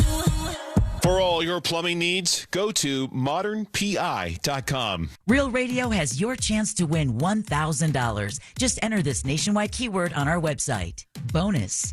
BONUS. Bonus. Enter it now at realradio.fm and answer your phone if you get the call. Good luck.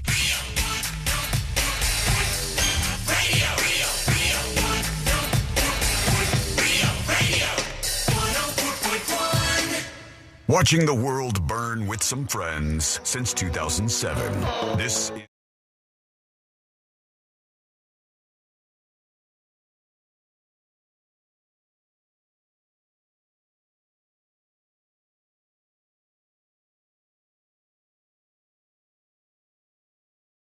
So good to have you with us. I cannot believe this is true, but the story I'm about to tell you is 100% true and very, very much accurate. I am somebody who believes in freedom. I think it's one of the most important parts about America. I look at the other countries, and when I say that I think America is superior, one of the things is because we still have the freedom to do a lot of things. They don't have these freedoms. They don't have freedom of speech in places like Canada or England. They don't have a lot of the freedoms that we take for granted every day in the United States of America. So freedom to me is really super important, and it should be to everybody as well. The other thing, though, that is core to my belief system is fairness. I think things should be fair for everybody. I think that poor person growing up in a holler in South Carolina should have a fair enough shot at achieving success as anybody whose parents went to Harvard and had fancy jobs their whole lives, or somebody who's like the son of the president of the United States. I think fairness is an important thing, and I think we should strive for those two things to be as good as possible. That somehow brings me to gambling, and I'll explain. Because we have these prediction markets out there, and I want people to have the freedom to go and bet on really weird things, like bet on football games. That makes them fun to watch. Bet on UFC fights. That's kind of cool. Your World Cup game that you don't really want to watch to begin with is made more exciting if you put a couple of dollars on it. I want you to be able to do that. But I do want things to be fair. And people forever have complained that the sports betting isn't fair. But this other stuff, well, it's definitely not fair. Here's the example story I was talking about. There was somebody who was making big money on Kalshi, one of the prediction markets where you can bet on stuff. And they were betting on President Trump's speeches. They were putting a bunch of money on these speeches that Trump was giving. And Kalshi started to look into this person because they made more than $100,000 off of these bets that they had placed. And ABC News, which you just heard there kicking off in the background, ABC News has reported that White House teleprompter operator Gabriel Perez was the person who made more than $100,000 betting on Trump's speeches. So the guy who was betting on these speeches on this prediction market that maybe somebody else was betting against was the person who was Trump's longstanding teleprompter operator, which he knew what was about to be in the speech. So if they're betting, hey, will Trump mention Iran? Will Trump talk about oil prices? Will Trump mention this or that? Guess who's going to know? The teleprompter guy. He would know because he would have the information in the teleprompter. And you might say, well, Trump goes off teleprompter and off script all the time. True, but he's almost guaranteed to at least get through the prepared remarks before he goes and riffs on other things. So if the prepared remarks had something, it would be a slam dunk for this guy. And he was betting a bunch of money on it. And I say that that's not fair. Just quite obviously, it's not fair. This is when President Donald Trump approached the podium to deliver his State of the Union address in February. One of the few people who knew what he was about to say was allegedly setting himself up to profit from the president's words. Trump's longtime teleprompter operator is believed to have made tens of thousands of dollars by placing bets on that speech and more than a dozen others in the prediction market Kalshi. Federal investigators with the Community Futures Trading Commission found. Gabriel Perez, a technical assistant to the president who's been operating Trump's teleprompter since 2016, is in talks with federal regulators to settle allegations he used his inside knowledge of the president's speeches to win more than $100,000. So while you're out there betting on this weird stuff, there's people who literally have the answers to the questions who are betting and making a bunch of money off of it. One of the other things I heard about this was that I think one of the people involved in the raid to grab Maduro, the leader of Venezuela, in the dark of night, yanked him out of his house and pulled him into prison where he now sits in the United States of America.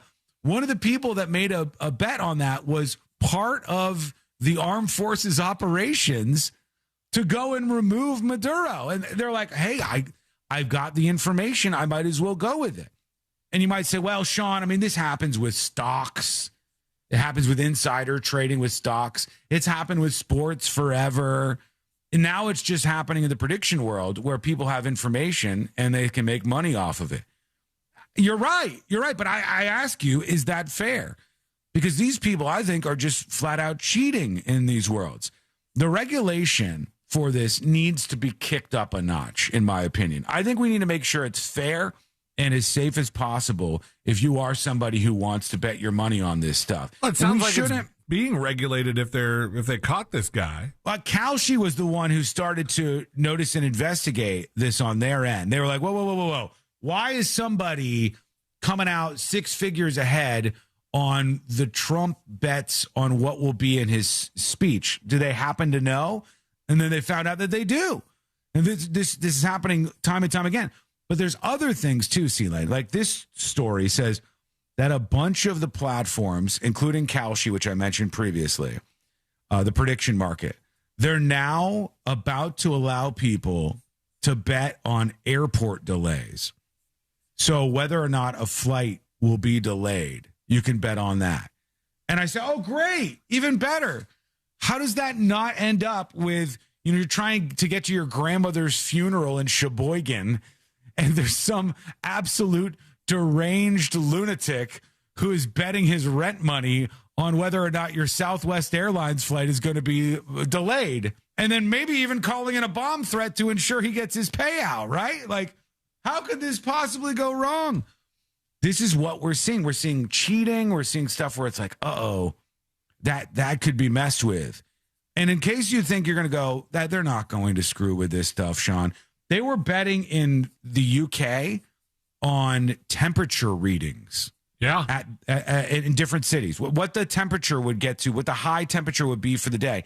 And there was a guy who was betting money, and he found out that the temperature mechanism that they were using was by the airport at like Gatwick or something. And he climbed over the fence, and he had a heating device that he put up to the temperature measurement. Like a blow dryer, right? Like a blow dryer type thing. And he drove the temperature up to the number that he bet on and rigged the whole thing. I mean, just be careful with your money. I mean, the market that this teleprompter operator was betting in, this mentions column, is kind of crazy because it's like, will somebody say this?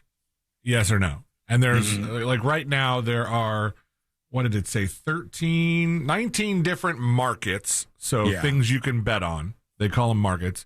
On what will the announcers say during the Mets-Phillies professional baseball game? Now, not a one of these says smoke, which would be a pretty good one to bet on right now. But it's stuff what do they like, say? What are the options? 97% chance on Citizens Bank Park, like they'll name the park. Okay. That's a pretty easy one. Trade or traded, pinch hitter or pinch hit, bunt or bunted, error, sweep or swept, MVP, bases loaded, rob or robbed, walk-off, wild pitch, shutout, pitch clock, grand slam. Ohtani is only at 26%. Extra inning, no-hitter, or what a catch. And the only people in that case that know whether that's going to be said or not would very likely be just the broadcasters, right? They know whether or not they're going to say this, or they're the ones who have control over saying this. But if I'm the broadcaster, can't I just go like, hey, C-Light, I'm going to say Ohtani. So put some money on Ohtani so you and your family can win some money. I'm going to go yes on Ohtani. $50,000 on Ohtani. And then during the game, I'll go, Ohtani. And then everybody else thinks there's something fair going on. No. Simply Jeremy on YouTube says that's actually pretty smart. Well, it's not that it's not smart. It is absolutely smart. I'm not suggesting it's not smart. What I think it is unfair. It's 1,000% unfair. And we have to say, do we just embrace that and say the people who gamble on this stuff deserve for it to be unfair? Or do we say that it should be fair? I wonder how much you can do without violating the law on something like this. So say I put $50,000 that says they will say Ohtani during the broadcast. If they say it, I stand to win $170,000. So if they just say the word Ohtani? If they say the word Ohtani and I put down $50,000, I will more than triple my money. But I need a little insurance. Yeah, so I buy a ticket to the game, and then I just have a sign that says Ohtani or something, or I'm very obnoxious. Remember the guy that was watching the World Cup while he was at the baseball game and screaming goal every time they got a goal? If I just sat there and I got a seat close to the broadcaster's booth and I was like, Ohtani! Ohtani! Some guy down there seems to be screaming Ohtani quite a bit. 170,000!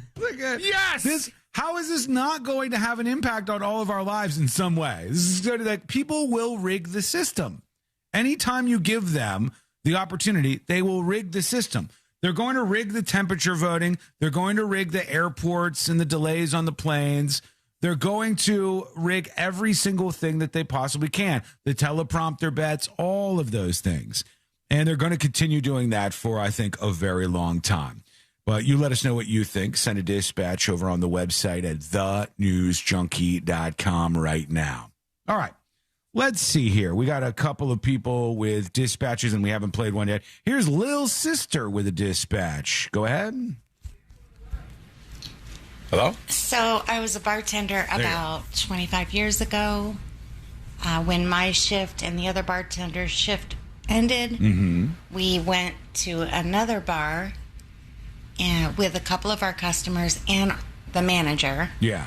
And there was one of those blow tests for alcohol. And we all went ahead and did it. And the other bartender was higher than the customers we were serving the entire night. So that was crazy because she looked perfectly normal. That happens more than you think. Anyhow, don't do the blow test. Let me tell you something, Little Sister. That's a weird sentence for me to say. Let me tell you something. There is absolutely a solid chance at most bars that if you did an impromptu test on the bartenders, they would not be blowing a 0.0. I've seen that many times in my life. Participated in it even. They want to bet on how many stories I say each day that involve airplanes. They want to bet on who's going to bring the last minute message on Friday. Oh, there's always a lot of talk about that. Yeah, it's like there's a lot of stuff that you can do to impact this. Kurt says on JCS yesterday, the Jim Colbert Show, they reported that there was a guy who yelled at a golfer putting so that he didn't lose a $40 million bet. I mean, this, I don't know if that's true or not, but that's the kind of stuff I'm talking about. Like, you put money on something and then you try to change the outcome, or you put money on things when you're cheating and you have an unfair advantage. That's just kind of inevitable, I think. I really think it is because of the money involved in these stories. But give us your thoughts over at thenewsjunkie.com right now.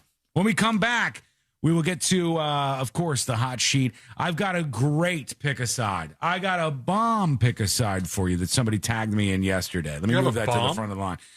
I don't have a bomb like I have an explosive device, but I have a top-notch, very, very good pick aside that's coming up at the top of the hour, so don't miss that. The hot sheet coming up next on the News Junkie.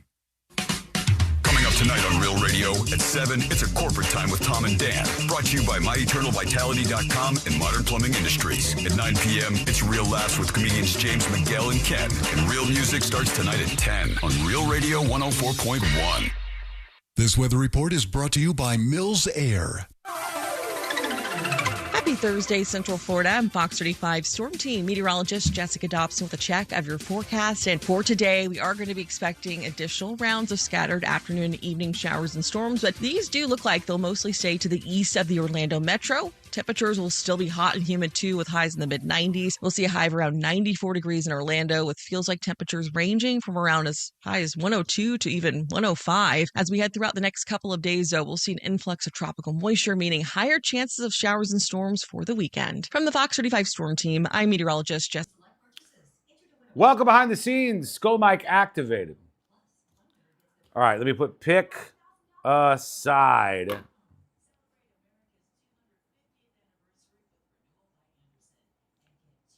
Let's keep those gifted subscriptions coming. Every single one counts. Either subscribe yourself to the Secret Shows service and everything else over on the website and app, or give some subs to help us get to a record number of subscribers. Well on our way to the beautiful number that would lock us into completely being bulletproof at this company. If we hit the 100% number, I'll just say the F word on the radio because I might as well go out like that. Sean, I just bet a $5,000 bet on you for Fritz on the Street. Can you rig it? Maybe.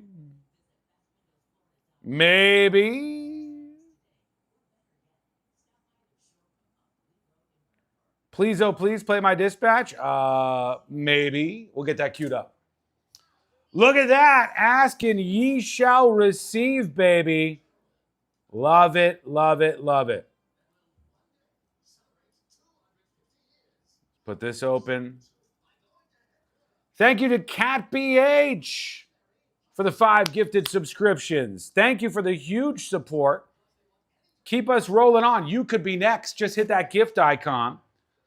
Everybody who has gifted subscriptions or signed up, I'm going to fulfill every single one of your orders, because when you subscribe to Secret Shows or when you gift Secret Shows, you get to claim a gift on the way out yourself. So there's stickers, there's limited edition pins, there's magnets, there's all sorts of merch that you can get. If you gift 10 subs, you get to claim 10 things. There's lots that you can do.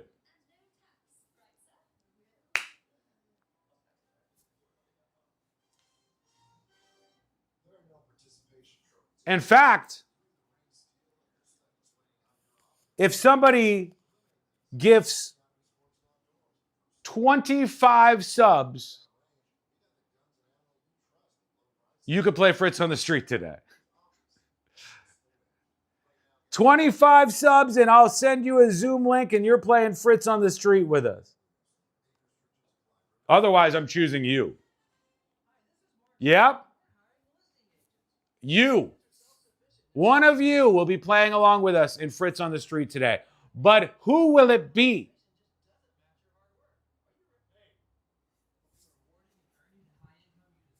Hello? No. Shoot. We got to get that going now, huh? Okay. We'll do that. We'll get that going now. I need somebody for Fritz on the Street. I need somebody willing to join us and play via Zoom.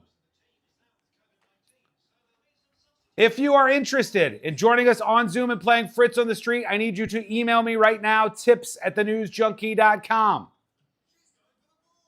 C-Lane has said we need to sort this out. I need somebody willing to participate in Fritz on the Street. Tips@thenewsjunkie.com. If I pick you, I'll send back a Zoom link.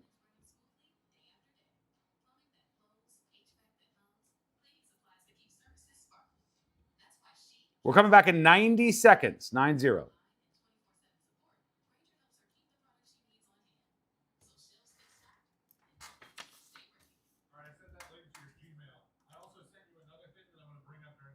Okay, good.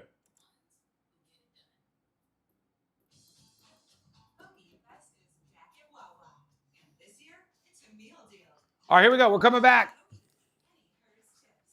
Do we have to be on camera? Yes. It's a Zoom affair. We need somebody to play along. This is maybe the last opportunity you'll ever get to do it. This is it. Stand by. Every match of FIFA World Cup 2026. Including the final. Hear it live and for free. First career World Cup hat trick. Just download the free iHeartRadio app now. Used cars are moving out at AutoNation Toyota Winter Park. This Thursday through Sunday, we're holding a special savings event. Cars, trucks, SUVs, hundreds of used vehicles, all priced to move and ready to drive. The low price you see is the price you pay. Buy with confidence with no hidden fees. Every used vehicle comes with a Carfax report and a 5-day, 250-mile money-back guarantee. Hundreds of vehicles, all priced to sell. Go to AutoNation Toyota Winter Park now. This portion of the News Junkie is brought to you by that mortgage guy, Don. Don't miss the boat. Compare your quote with that mortgage guy, Don.com. Real Radio is on Facebook at Real Radio 1041. Sponsored by the law offices of Anajar and Levine Accident Attorneys. Call the law offices of Anajar and Levine at 1-800-747-FREE. That's 1-800-747-3733.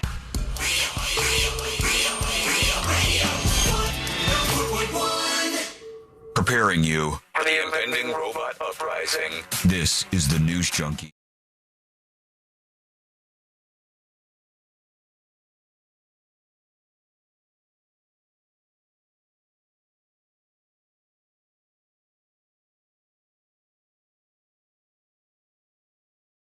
We need your help, please. I'll tell you what you can do in just a matter of seconds here. Learn more about this show over at thenewsjunkie.com. Here's the deal.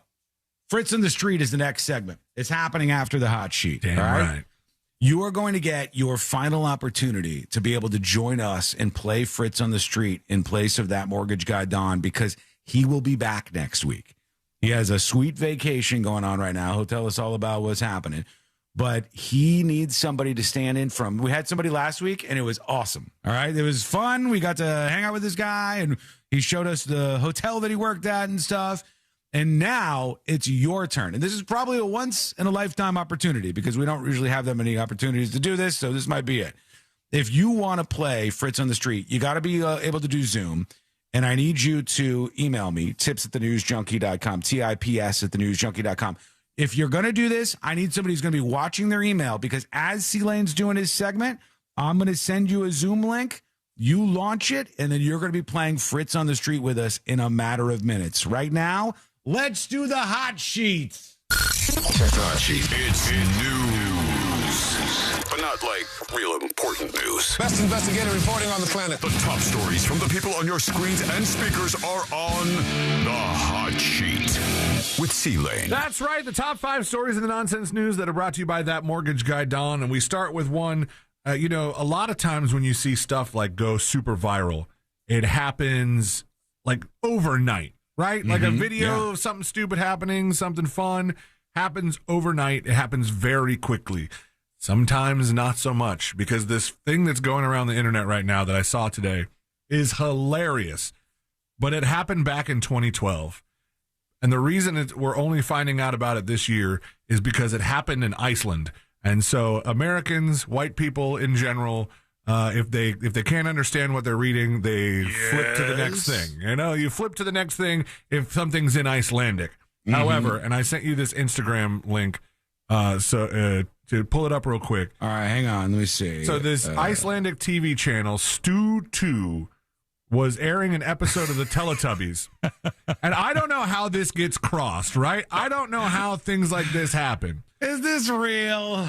They aired the Teletubbies, and the subtitles were from an episode of The Sopranos. Now, that's hilarious and probably made some moves in Iceland, but nobody thought to translate them and send them to America until, 14 years later. So now somebody has done the translation and edited in the American subtitles of this Teletubbies episode with Sopranos subtitles. You're nothing but a failure of a man, says the one. The first one has one of the Teletubbies looking at the other. It says, I know you were high at my mother-in-law's funeral. Just hilarious. At the time, a viewer photographed the screen and posted the images on Facebook, where the mistake became a local viral story in Iceland. That's funny. But just Iceland, because nobody did the translation. And so I don't know how a mix-up like that happens, but I did find that very funny when I scrolled past it this morning. I meant to do this story yesterday because we started with that video of the Canadians on the train. Mm-hmm. Yeah, with the flames all around them, yeah. And you could definitely tell, like, from their accents, right? They were Canadian. They had that Canadian sound to them. But there was a survey done by the Writers Guild of Canada, and they said, we don't really love the funny accents that we're portrayed as. The Canadians are saying this. 71% of those surveyed said Canucks on TV speak with a funny accent and overuse the word "a" and pronouncing "about" as a boot. And that's what they do. It's not all of Canada that speaks like that, but there's some parts of Canada where they definitely do that. Respondents also took issue with characters that were overly dull and apologetic. That was 62.3%. 60.8% of respondents took issue with the fact that they portray Canadians as hockey obsessed and only living in rural areas of the North. That was 43.7%. This is literally what you do. But is it, though? Yes. What do you think they do with Americans? Americans are usually loud, fat, cowboy, whatever, beer drinking, and the same thing. The hilarious part to me that made this article seem slightly out of touch or just behind the times is that the president of the Writers Guild of Canada, Bruce Smith, cites as an example of this kind of activity that they don't like. Robin Sparkles, the Canadian pop star alter ego of Robin Scherbatsky on the CBS comedy How I Met Your Mother, which has been over for years. Yeah. As played by the Vancouver-born Kobe Smulders. She sang about going to the mall and building sandcastles in the sand, and they were like, "Yeah, that's one of the examples." Robin Sparkles is not an accurate representation of Canada. For those of you who don't know, it was one of the characters, Colby Smulders or whatever her name is, Kobe. She was a pop star, and it was like they wanted to unearth the music video that she appeared in. Yeah, and they it was found her very secret fun. life as a Canadian pop star before she moved to America. An iconic piece of memorabilia has gone for huge amounts of dollars, smashing predictions and selling for a record-setting sum. It is, of course, a piece of memorabilia from Star Wars.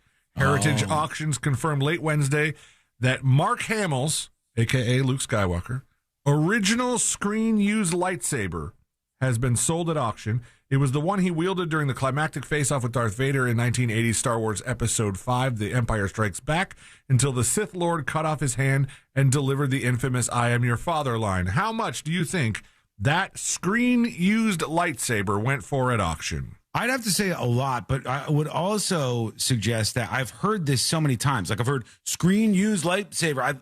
I don't know how many they have. It seems like there's a lot of them, but I still want to say... Well, there's a lot of people that wield lightsabers in Star Wars that would be used on screen, but the one that was used... This is the key one? This is the one. This is the scene. This is the only quote that people know from Star Wars, some of them.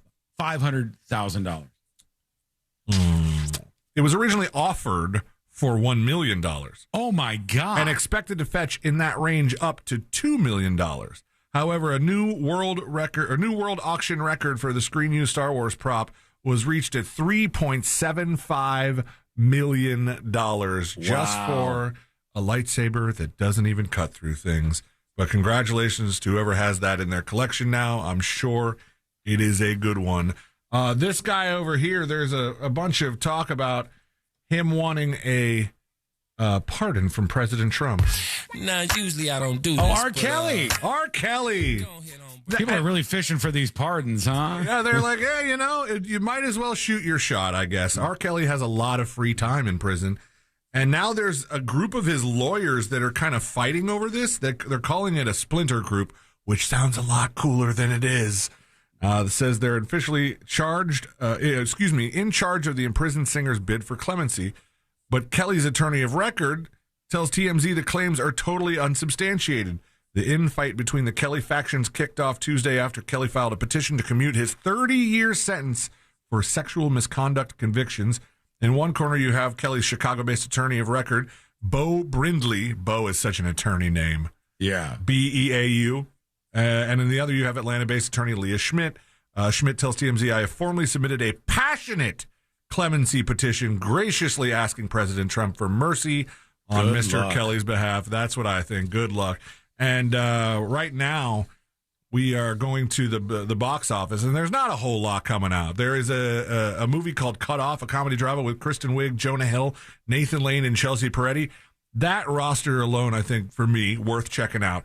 But the big thing at the box office this week is obviously The Odyssey. The Odyssey with Elliot Page, Anne Hathaway, Zendaya, and Tom Holland, who, as we learned earlier this week, thought that his performances were just really bad, and that's why the director kept cutting. But it was the fact that the IMAX film only does like 3 minutes at a time. Yeah. And now Christopher Nolan has officially scored his highest Rotten Tomatoes score of all time for The Odyssey. It opens in theaters this week, and reviews are pouring in like Greek soldiers out of a big wooden horse, is exactly what it says here. And it says, I think it said 98% he's looking at on the reviewer score for The Odyssey. So if you got 3-ish hours to kill, I believe, this weekend, The Odyssey might be a fun watch for you. And if you have a mortgage rate with a 7 or 8 in front of it, you are probably paying too much money. You are definitely paying too much money. And it's time to look to that mortgage guy down for a refi. He wants to help you. He is a member of the Real Radio family, and he wants to help you save that money. And he does it very well. So you would do yourself a service to bring that quote over to That Mortgage Guy Don by going to thatmortgageguydon.com. Don't miss the boat, compare your quote with thatmortgageguydon.com. Thank Thank you. By the way, I picked Jeremy. And Jeremy, I sent you a Zoom link. Jeremy, a.k.a. Dover, in your email. I sent you a Zoom link. Now it's on you, buddy. We'll see if he joins the Zoom link. He said, I'm at a castle. I could do Fritz on the street from an Italian castle. Yeah, that's what he said. So maybe Jeremy from a castle will be playing with us when we come back. That's coming up next on the News Junkie. Your chance to win $1,000 in your hand is minutes away on Real Radio 104.1. Brought to you by Mills Air. From the Clausman Law Traffic Center, car crash, call Clausman Law. ClausmanLaw.com. There's a crash off to the shoulder getting cleared up on 408 westbound near Goldenrod Road. An accident on John Young Parkway. Folks, welcome behind the scenes of the show. I'm really hoping this guy connects from a castle. Otherwise, we're going to have to figure something else out. Big thanks, by the way, to R. Willie B for the 5 gifted subs. That's so huge. Thank you so much for the support. Let's keep that going. And also, wow, this guy with 25 gifted subs. Unbelievable. With a capital B. Unbelievable. Thank you for the support.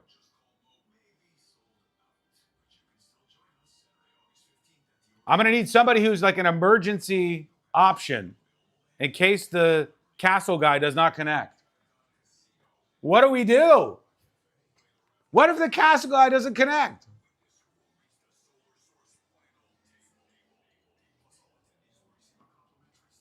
We got right here on the grid, the Zoom is active, but there's nobody connected yet. We have a couple of minutes until we come back. Did he hear me? Will he click the email? Will he see the email? We're going to find out.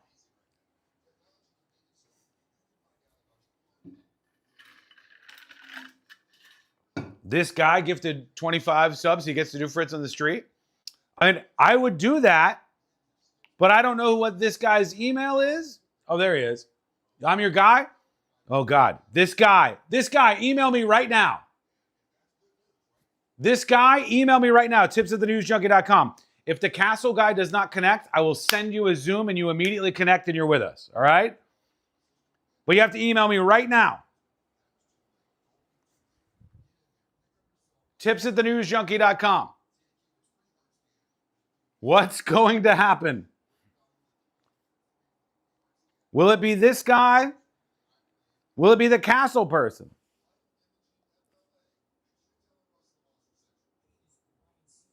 Still nothing. Still nothing. This guy, did you email me? Oh, we've got somebody. We've got somebody.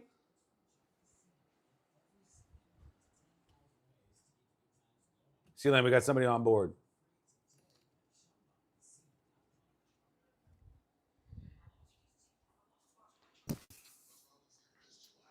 This guy, we're going to give you an opportunity at some point in time, whether it's today or not. But we have somebody connected.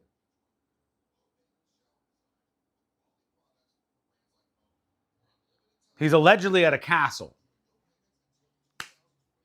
Is the email from Drizzler69? Possibly. You want me to tell you his email address?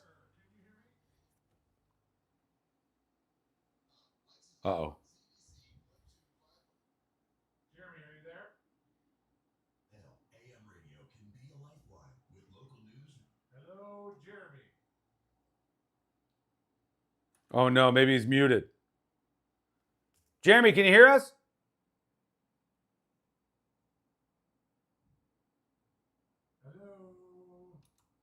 Oh, no.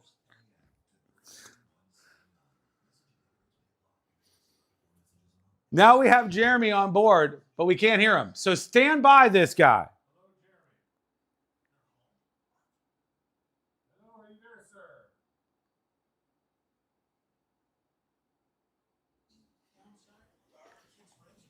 Pins and needles.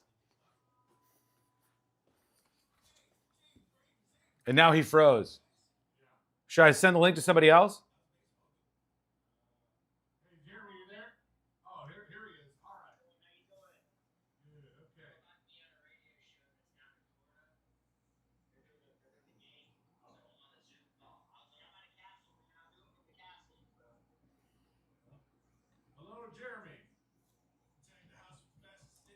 Jeremy, can you hear us? This is not good. He can't hear us.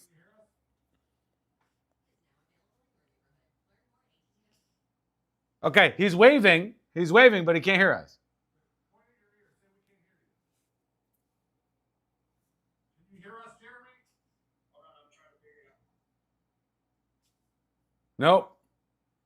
No. Can you hear me now? I can hear you. Can you hear me? Yeah, we can hear you. We can hear you. It seems like you can't hear us.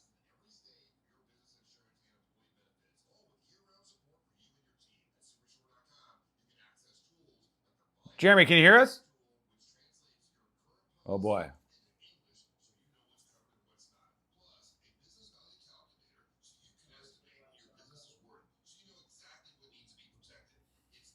Hello. Okay.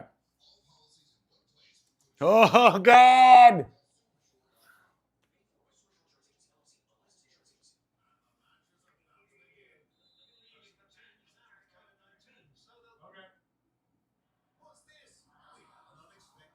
Well, hold on. Did he hear that? He said I can hear you.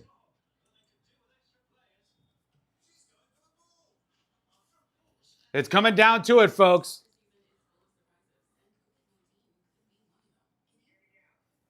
Yeah, we can hear you. Can you hear us? Oh, no. No, but can you hear us? Oh, okay, good. All right, you can hear us now. Make sure we're on speaker and turn up real loud so you can hear everything. All right, we've got about a minute until the game. Whew. All right, here we go, folks.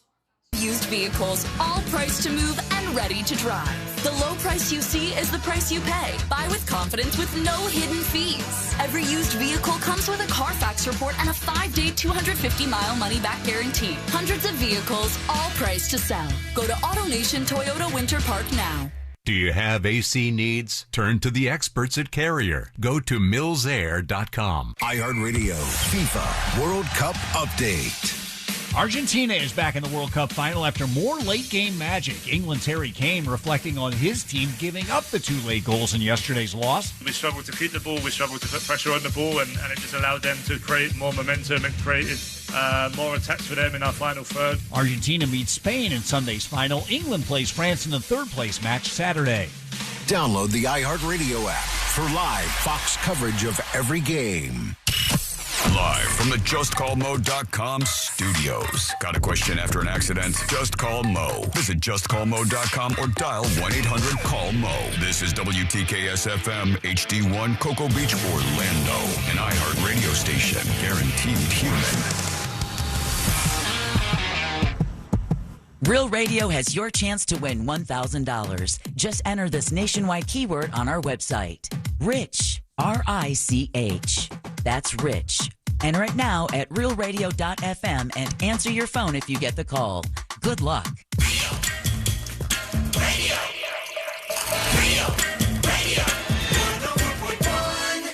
Preparing you for the impending robot uprising. This is the News Junkie.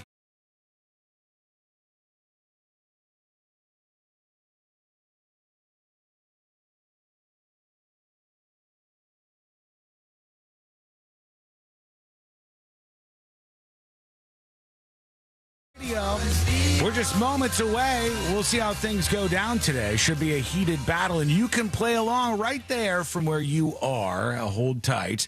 You can join us on the show with your dispatches and emails as well to tips, T-I-P-S, at thenewsjunkie.com. All right, it's time to go for Fritz on the street. Let me see here. There was so much chaos during the break, I didn't even pick who I was going to represent. But I know who I'm going to represent. Do you? You want okay, me to go who first? Yeah, please do. I'm going with Mateo from the texting service, who hit me up earlier this week. I had read something that he had posted, and then he just followed up with, now pick me for Fritz on the street. Okay, Mateo is who you're playing for. I'm going to be playing for this guy who gifted 25 subscriptions over at thenewsjunkie.com. So I'll do that. I started writing down this guy. Is that his name? That'll do it right there. And then we have on the line with us playing along in the place of that mortgage guy, Don. He'll be back next week. But Jeremy, are you there? Can you hear us? I'm here. I can hear you. Okay, we got Jeremy who's with us as well. Jeremy, where are you? What's that statue? Is that Einstein? So it is Einstein. So I live in Greenville, South Carolina. Well, I live in Malden, South Carolina, and I work for a developer who built an Italian castle that has restaurants, housing. There's apartments here. I live here, and then we have Albert. I guess Albert used to live in Greenville at some point. So there is a bench with a statue of Albert Einstein. All right, we're gonna have some questions for you as this goes along. But I got lots of answers. All right, good. Let's get he's really started man-spreading on that bench. He's taking up half of it. Yeah, he is, that Einstein statue. All right. Are you ready, Fritz? I am.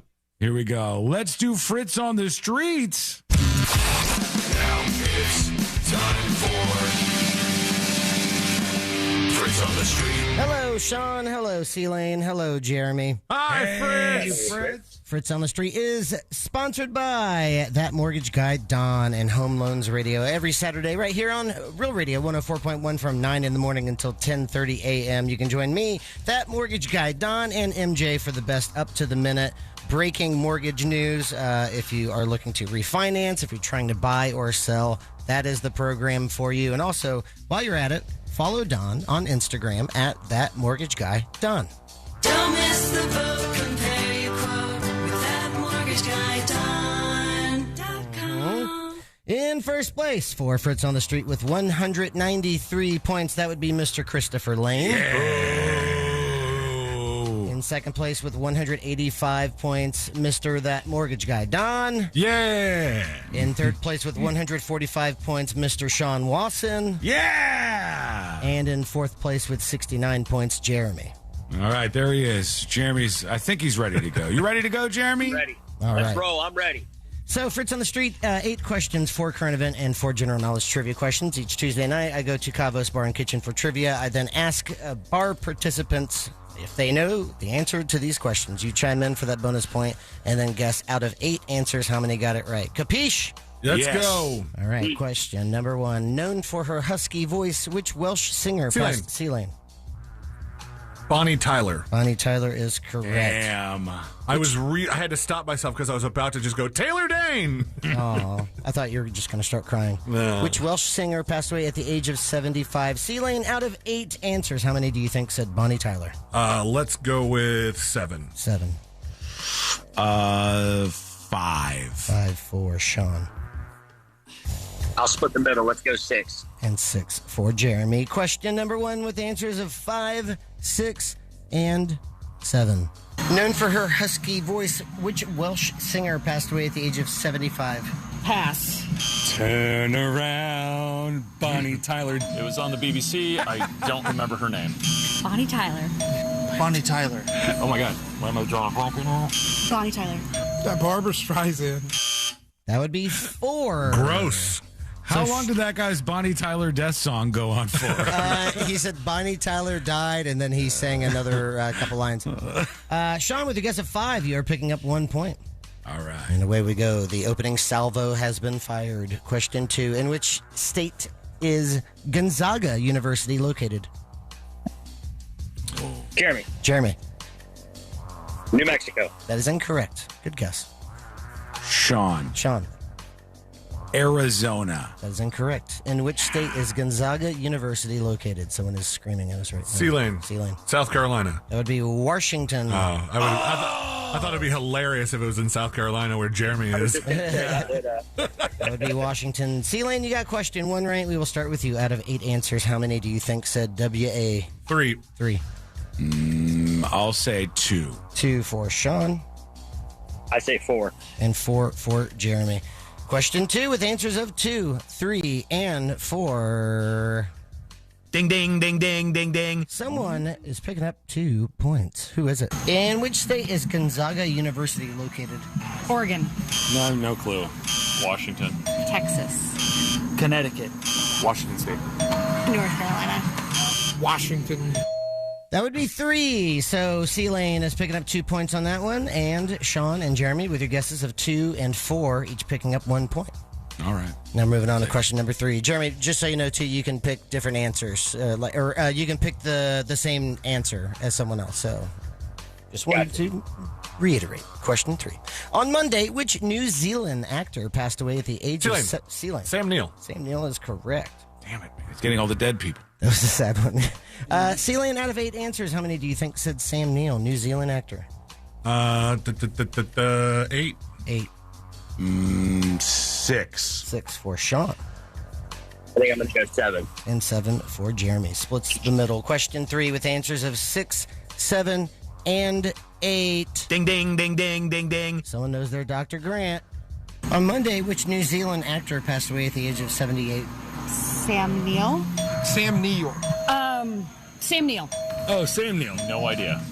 Sam Neill? I don't know that one. I don't know. Sam Neill? That would be 6. So Sean is picking up 2 points on that one, and Jeremy, with your guess of 7, picking up 1 Son point. of a bitch. Next up is question 4. That's the halfway point here on Fritz on the Street. After question 4, I'll tell you who so far is winning on the day. And question 4 goes like this. Due to its shape, which European country refers to itself as the hexagon? God. Sean. Sean. The Netherlands? That is incorrect. Jeremy. Jeremy. Poland. That is incorrect. Due to its shape, which European country refers to itself as the hexagon? Sealand, Switzerland. That would be France. France, Sealand. You got question 3 right. We will start with you. Out of 8 answers, how many do you think said France? I'm going to go 3. 3. I'm going to say 4. 4 for Sean. Jeremy, how many are you saying? Oh, I'm sorry. This lady just backed into a car. I'm sorry. Crazy. That'll do it. Just a number 1 out of 8 would be good. 3. All right. And 3 for Jeremy. Question 4 with answers of 3 and 4. Ding, ding, ding, ding, ding, ding. Someone backed into a car. Due to its shape, which European country refers to itself as the hexagon? Scotland. Austria? France. Germany? France? France. Spain.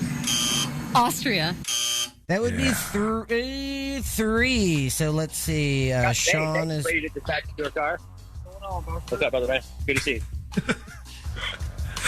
All right. All right. So Jeremy and Celine picking up 2 points each with their guess of 3, and Sean with a guess of 4 picking up 1 point, and that means halfway through in first place with 6 points, Celine / Mateo. Yeah. And second place with 5 points, Sean / this guy, and in third place with 4 points, Jeremy.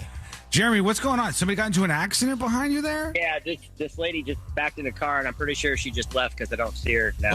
We got a hit and run. Wow. There's been plenty of Fritz on the Streets about crime, but never one where a crime was committed during the game. You know what? There's a big beast out here. This is actually the second hit and run that we've had on Fritz on the Street. He's right. There was a motorcycle, right? Yeah. This is the second hit and run during Fritz on the Street. That is a very odd stat, but terrible. True. Okay. Making insurance rates rise. Yeah, that's right. 4 questions remaining. Question 5 now. On Tuesday, which U.S. state issued an executive order to halt AI data? Sealand. New York. New York is correct. To halt AI data centers for 1 year. Sealand, out of 8 answers, how many do you think said New York? I'm going to go with 6. 6. 4. 4 for Sean. I'm going to go 7. And 7 for Jeremy. Question 5 with answers of 4, 6, and 7. Ding, ding, ding, ding, ding, ding. Someone knows their data centers. On Tuesday, which U.S. state issued an executive order to halt AI data centers for 1 year? New York. New York. Florida. New York? New York. New Jersey? Florida? Florida. That would be 4. So Sean is picking up 2 points for question number 5. Now on to question 6. Who became the first person to become a billionaire by writing books? Oh, Sean. Sean. Jeremy.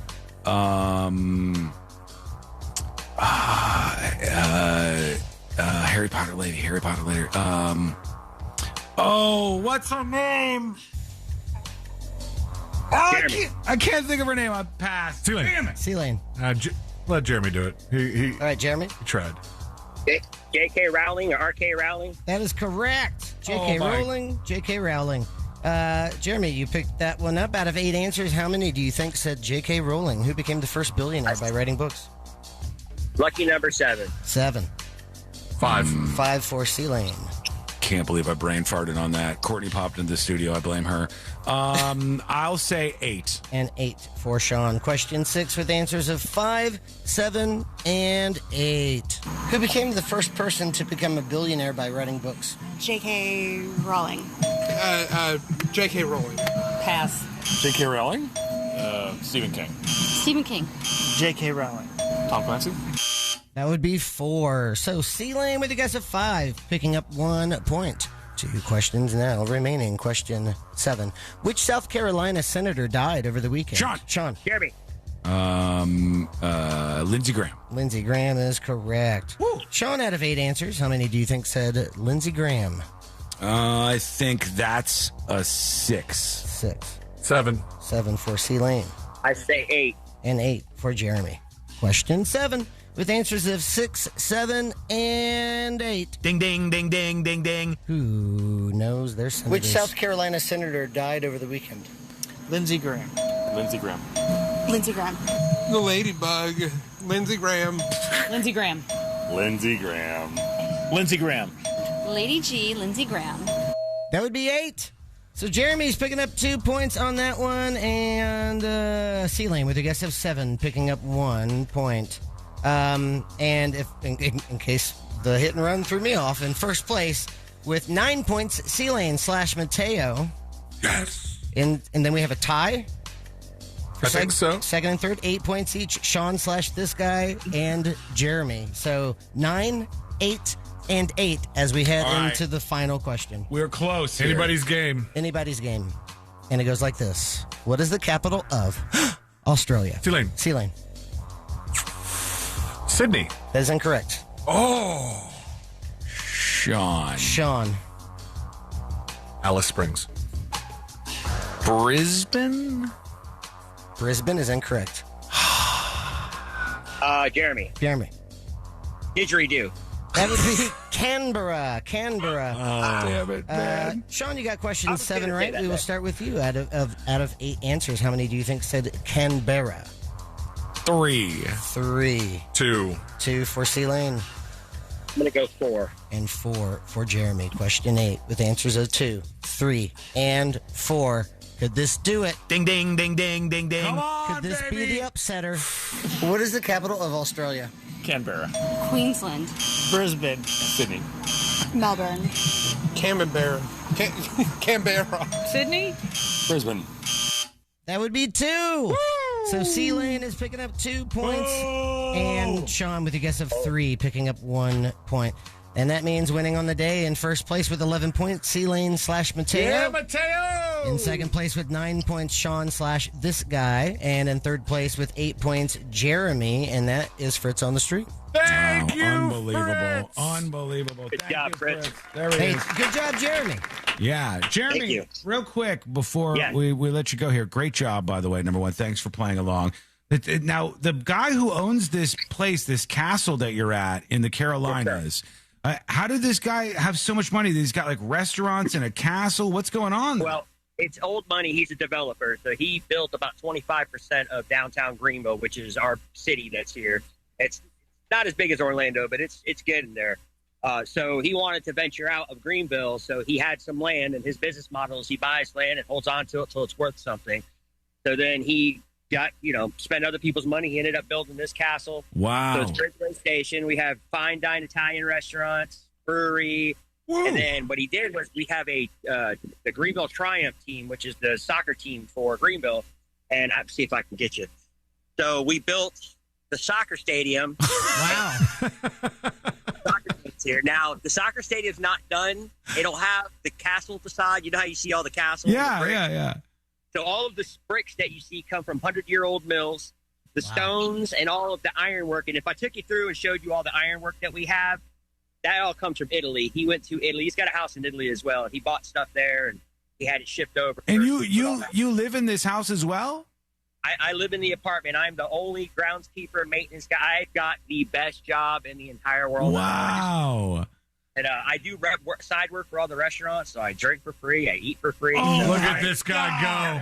You don't Come need on, a Jeremy. Yeah, I was gonna Look at this bridge. What? Go ahead. I'm sorry. Go ahead. See this bridge? Do you see the bridge in the background? Yeah. That goes over the interstate.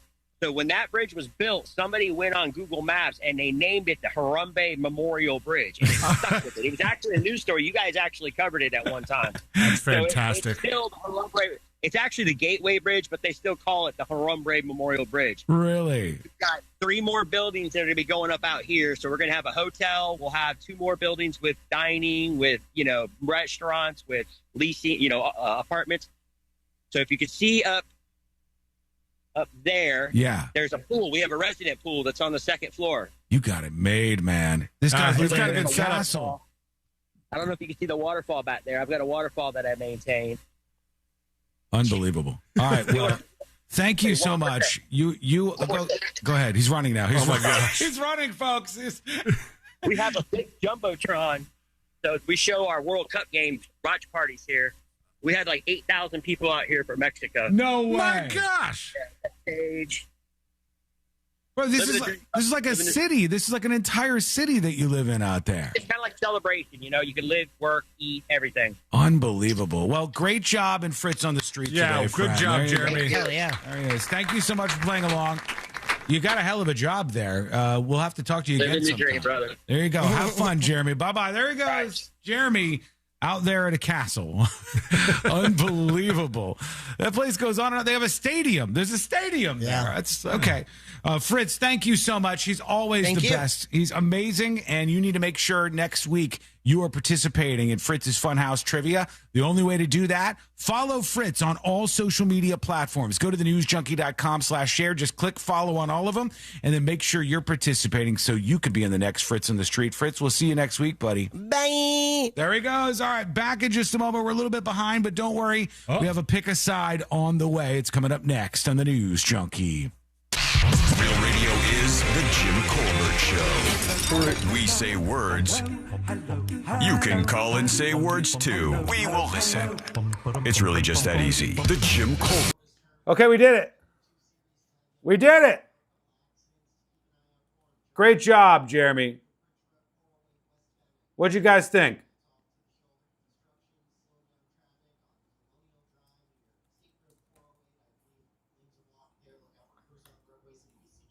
Just an idea. Okay, not a firm idea, but just an idea. It would be kind of cool to open up Fritz on the Street to have another position for a listener each week. Wouldn't that be kind of fun? What do we think, chat? So we open it up so it's me, C-Lane, Don, and then one remote guest per week. Yeah? I think it's fun, right? It's fun. You get to learn a little something. We get to go on a little trip. Yeah, I've been thinking about that, and I've been thinking about Fridays opening up a Zoom call where people could just pop in. Because that is the only thing that the show is missing at all, in my opinion. The only thing that's missing on the show is the live interaction. Now, for 10 years on the show, I didn't have anybody who would answer a phone. Literally didn't have anybody who would answer a phone to put calls through to be able to do interactive content on the show. Couldn't do it. So then I thought, should we do digital somehow? Should we work into the app, work into chat and ability to call the show live and interact? All that became a little too difficult. And then I thought, if I get this technology working right, I don't think enough people are tech savvy enough to use it. But Zoom, everybody, a boomer Zoom, you know what I mean? So I feel like boomers, everybody, Zoomers, millennials, Gen Xers could be able to just pop in on Zoom and join us on the show. I think that'd be cool. I think it'd be cool.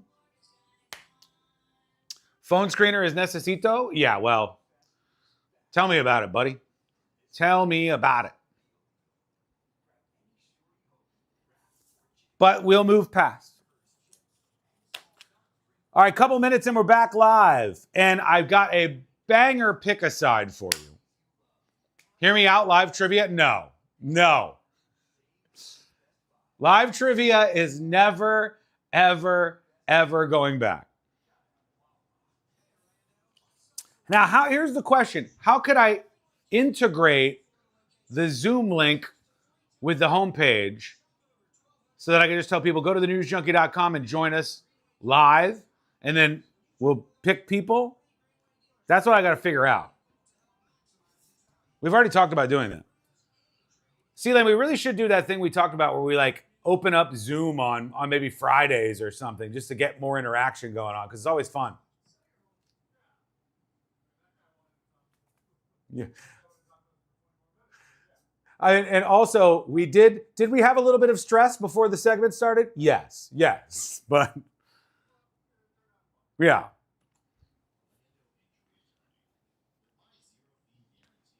Sign bitch, I remember that, where it was like, everybody had to finish the signs.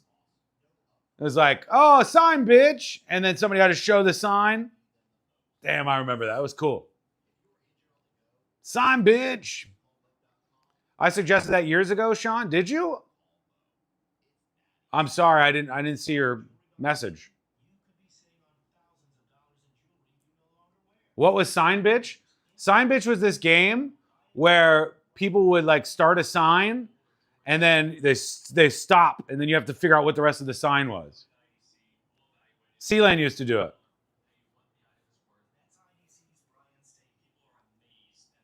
I saw the sign. Yeah, that one. It was awesome. But it's fun. It's fun to do it that way. And it's fun to pop into people's worlds a little bit. So really, that's the last bastion of the show that I'm going to try to work in 2026. It'll be like, keep doing all the things that we're doing and then add in this live interactivity element where anybody could join the show at any time. And then I think we got a real humdinger on our hands. But right now, it's time for Pick a Side. So get your side picking abilities ready and fired up, because we're going on a side picking mission together. Let's do an 8 here. That's why she counts on Grainger. With easy reordering online and 24/7 support, Grainger helps her keep the products she needs on hand. So shelves stay stocked and buildings stay ready. Call 1-800-GRAINGER, click Grainger.com, or just stop by. Grainger, for the ones who get it done. A champion will be crowned. That is a wondrous goal! And every remaining goal. Messi magic again! And save. What a save! Can be heard for free on the iHeartRadio app, thanks to Fox Sports. All the drama. Argentina! They always find a way! One champion. Spain will play in the FIFA World Cup final. Hear the action, no matter where you are. Download the free iHeartRadio app. Now. iHeartRadio. Win $25,000 in free impact windows from Maurice Windows. Text TRUST to 20129. Real Radio has your chance to win $1,000. Just enter this nationwide keyword on our website. Rich. R-I-C-H. That's Rich. Enter it now at realradio.fm and answer your phone if you get the call. Good luck.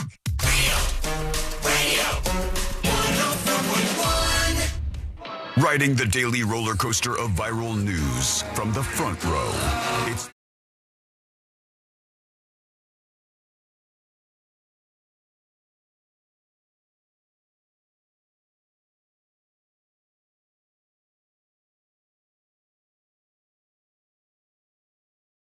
Don't worry, it's your new comfy home. Forget the same 3 songs over and over. Hang out with us here on the show. Learn more at the website, which is obviously thenewsjunkie.com. One of the things we do on the show is a pick a side. That means we present you a story, and you have to pick the side. Who was right, who was wrong? This involves a lot of things. Critical thinking, using your moral structure, your lens for viewing the world, what truly is right and wrong. But we don't have to get all deep about it. Let's just dive in.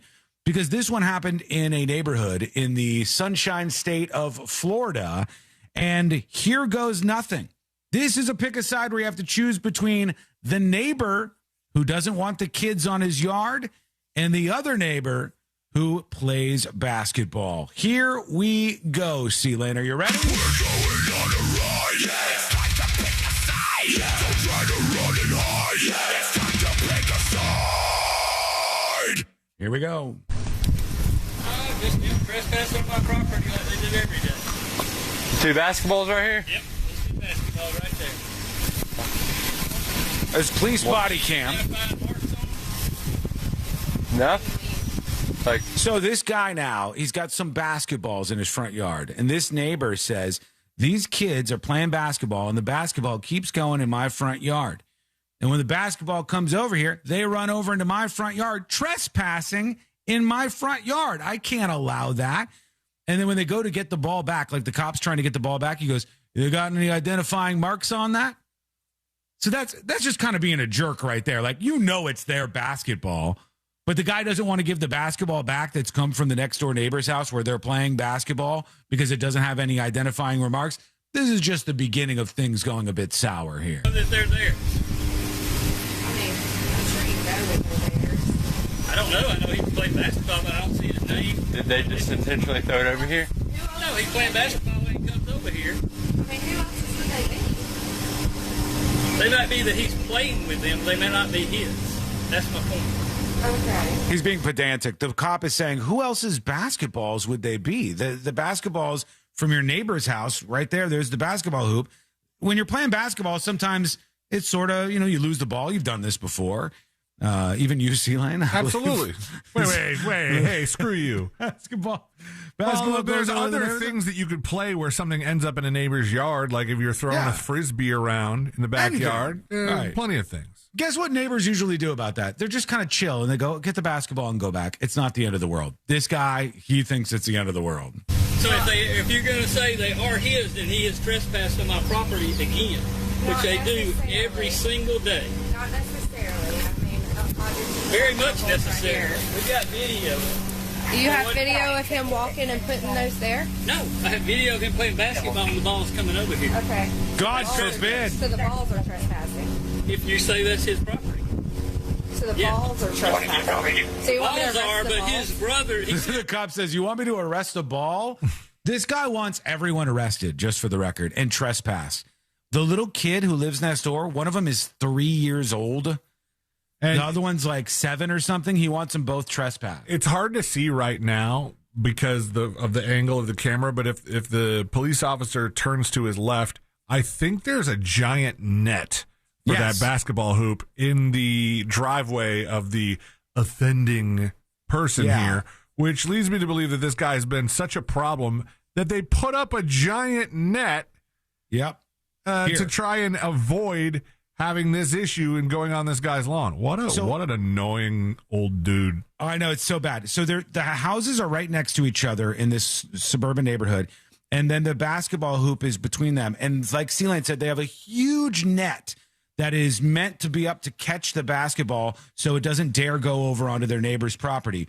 But it does every once in a while, and this guy is just absolutely angry about it. He does not like that they're coming on his property. Do you have video of him walking and putting those there? No, I have video of him playing basketball and the ball's coming over here. Okay. So the That's balls trespass. So the balls are coming over here. If you say that's his property.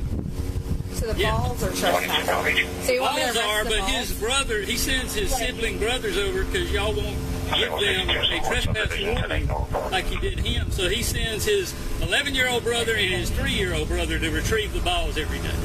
I'm not trespassing a 3-year-old. Well, y'all haven't trespassed the 11-year-old, which the statute clearly says you can. So he says, I want the 11-year-old trespass, and she won't trespass the 3-year-old. I mean, because obviously this is just insane. It's insane.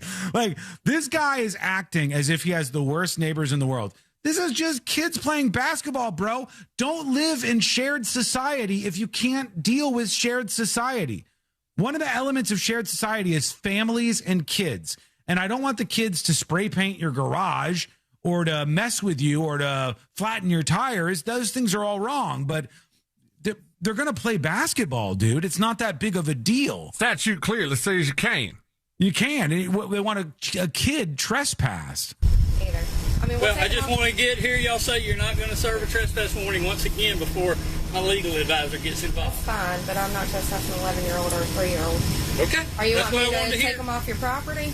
I don't want you to do anything with them. The basketball. You can't seem to tell me whether they are or aren't his. That's why I've asked you. You're a legal authority, right? So you don't want us to get those off? I do not want you to get those It's off. pretty obvious that whose they are, but we'll go ahead. We're going to do a report on it. Okay. Yep. You said you have video of them. Yeah, we got cameras right there. Okay. So We you have get on every day. I got video sending the 11-year-old twice yesterday. So if you have sending the 3-year-old video, then you know whose balls they are. No, I don't. I know he was playing with them. There's no names on there. What an idiot this guy is. Why do we let people like this talk to us this way? I don't know I know. You know it's their basketball then, right? No, I know he was playing with the basketball. Well, what is There's that? no Well, I names don't on get- the basketball. What's the point of his argument there? His point of his argument there is he doesn't want them to retrieve the basketball because he doesn't want them to go back to playing the basketball game again. So he says, how do I know it's their basketball? And she goes, it's just obvious. It's common sense that it's their basketball, you dummy. And he goes, well, it doesn't have anybody's name on it. Like writing a name on something is the greatest legal bond to you buddy. in that item. If I were that kid, I would write my name on that basketball right now, immediately. He goes, nobody's name on it. You know it's from the basketball hoop. It's 4 feet away. It's a property. I put my name or But you initials didn't. on my property. But you saw them playing with the basketballs, I did. and there's two Common sense would basketballs. say it's He theirs. got one in my yard, So- and he went and got another one. He's going to get your information. I'm going to go over there and talk to them. I don't think Get you did. there. You got plenty of information. They called the police 8 times. That's I've fine. called So the you police. don't want to cooperate with us at all when it comes In what to kind of way? when it comes to doing a report for you. You said you're not going to help me once again do any trespass warning, right? I'm not doing a trespass on a 3-year-old or an 11-year-old. All right, there we go. This is the shakedown in this neighborhood. Pick a side. Do you pick the old man who says, this is my property? These kids should not be throwing their basketballs over on my property and running to get them and running on my grass and coming up on my property to get their basketballs. And the kids next door, the family says, they're kids. They're playing basketball. Let them enjoy their lives. Pick a side. Who is right? Who is wrong? Let us know. Tips at thenewsjunkie.com or send a dispatch at thenewsjunkie.com right now. Okay. What do you think, Seelan? I mean, I'm team kids. Yeah, I mean, come on, right? Like, are you kidding me? Are you kidding 11's me? a little young to be a dick, but you could. I mean, you could be a dick at 11, and you could write the name on the ball, kid. Keep What a throwing waste it over of there. time this is. Like, what a waste of time. What a waste of anger. The world is full of people wasting their anger. This guy is right up there with him. Right up there with him. I know that you might be like, this is my grass. I take care of my property. The kids coming over to retrieve their basketball every once in a while is not worthy of you going nuclear and involving the cops in this. When you say that the neighbors have called the cops, they've probably called the cops because you're a lunatic yelling at children for playing basketball. Somebody says, I'm on the kid's side. Is there anybody who's not on the kid's side? That's what I want to know. Is there anybody who looks at this and goes, no, that guy's right. That's his property. And the kid shouldn't be trouncing all over his grass. We'll see. We'll get to your response. It's coming up next on the News Junkie. Robots don't get hungover. That's why they can't work here. Welcome behind the scenes, friends. Is there anybody out there that sides with the old man who says, hey, this is my property, kids. It's my right to tell people to get off my property. Because technically he's right about that, right? Because technically he's right. The kids should not come onto his property. If he wants to say, stay off of my property, he has every right to do that. But it's also about living in a shared space. When you live on your own property, let's say you got 5 acres, you got your own property, you're not going to have to worry about any of this. You can set up all the rules you want. No whining, crying kids are going to bother you. It's not going to ever be a problem. When you live on a shared property, like in a neighborhood, a developed neighborhood where there's many, many houses together in the suburbs, or in an apartment situation, you have to understand that there are things that come along with shared living. Kids playing basketball is on that list. What if Pallet Man moves next to him? Yeah, that'd be good. Imagine being that angry, right? What the hell?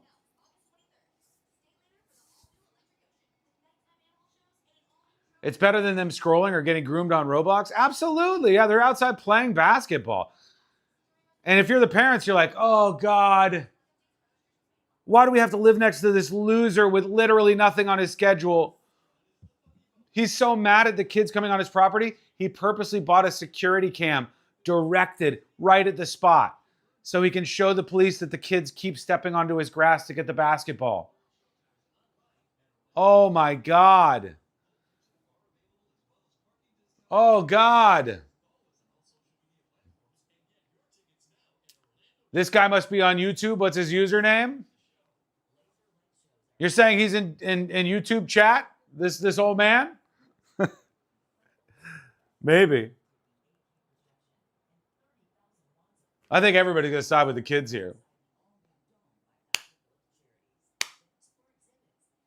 I live in a cul-de-sac with a bunch of vehicles who call the cops on my kids all the time. Yeah, I mean, I think this one's pretty easy. It's like, it's a social agreement when you live in neighborhoods that you're going to have to kind of deal with some neighborhood stuff. If my neighbors were playing basketball and their ball was going onto my grass or going across my driveway, or they were moving across my grass to get their ball back, I wouldn't care.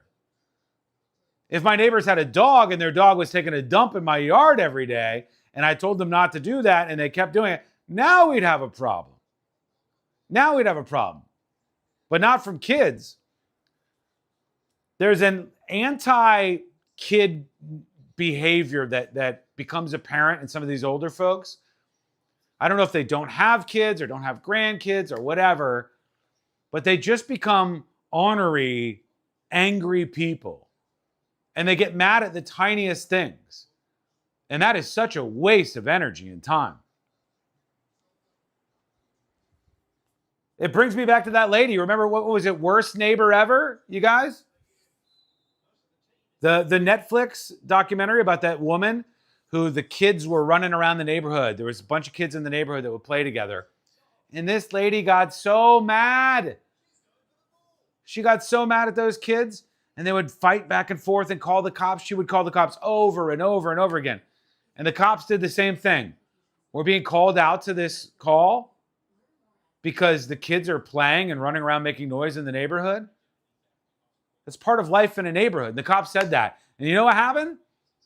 One of the mothers of one of those kids eventually went to that angry lady's house because the angry lady chased her kid or something. And the mother started pounding on the door, and that old lady shot the woman right through the door and killed her. Killed the mother of this child, caught on this body cam. So it's possible these little things spiral out into some kind of violent moment. Because people like this guy, they get angry over nothing. Unbelievable. Jury duty on the way. Here we go. Stand by. To use life insurance, but the unexpected happened. With Ethos, signing up was fast and 100% online. You can get a quote in seconds, apply in minutes, and get same-day coverage. No medical exams, and you can get up to $3 million worth of coverage. I'm grateful we were prepared. Get your free quote at ethos.com/term. That's ethos.com/term. Paid spokesperson. Time spent on application may vary. Online health questions required. Hoagie Fest is back at Wawa. And this year, it's a meal deal. Grab any shorty hoagie, any Hers chips, and a fountain drink for...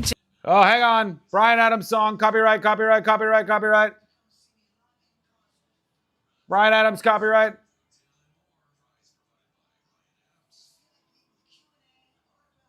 Coming back.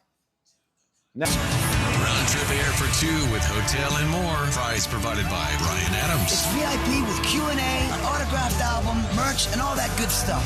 Tap the contest tab while you're listening to us on the free iHeartRadio app for your chance to win. So roll with the punches on the iHeartRadio app to enter. Save every day at Headquarter Hyundai. We've dropped prices on acres of new Hyundais. Visit headquarterhyundai.com.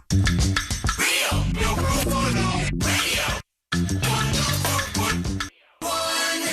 A safe haven of sorts for all of the 95%ers. This is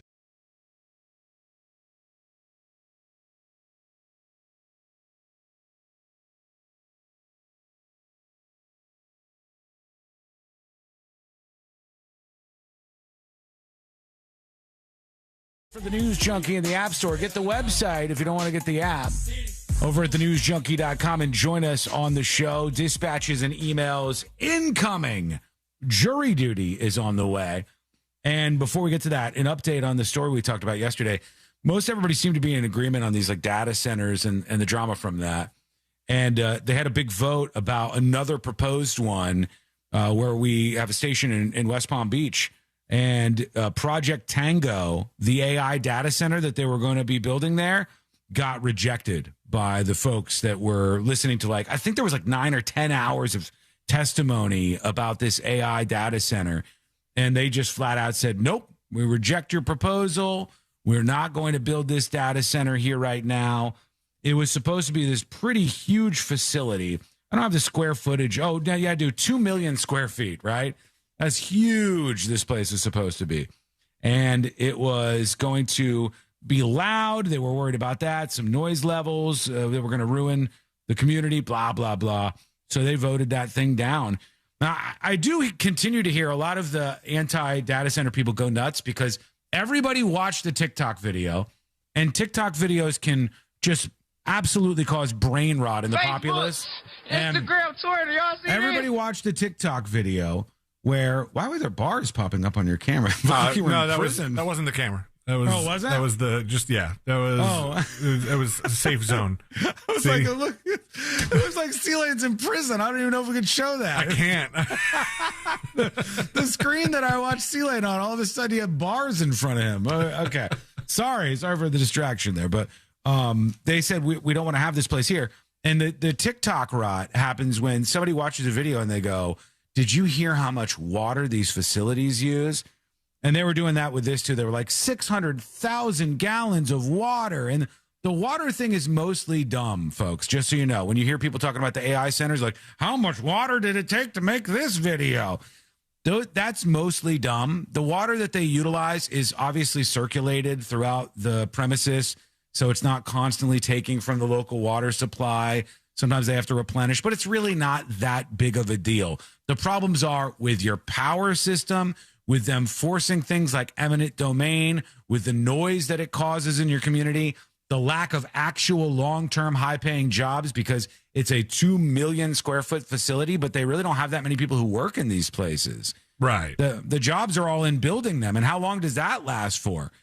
So you build it, you get some jobs there, then not that many people work in the 2 million square foot place, and then the data center is part of the network of data centers that is ridding jobs from everybody else out there. I thought the water thing was a little ridiculous, but one of the times that somebody was telling me about this, they were like, oh, it's killing a lot of trees too. And I'm like, I could see people being a lot more upset if that were the case. I don't know if it is. But like, I get that part being, trees are good, but water comes back.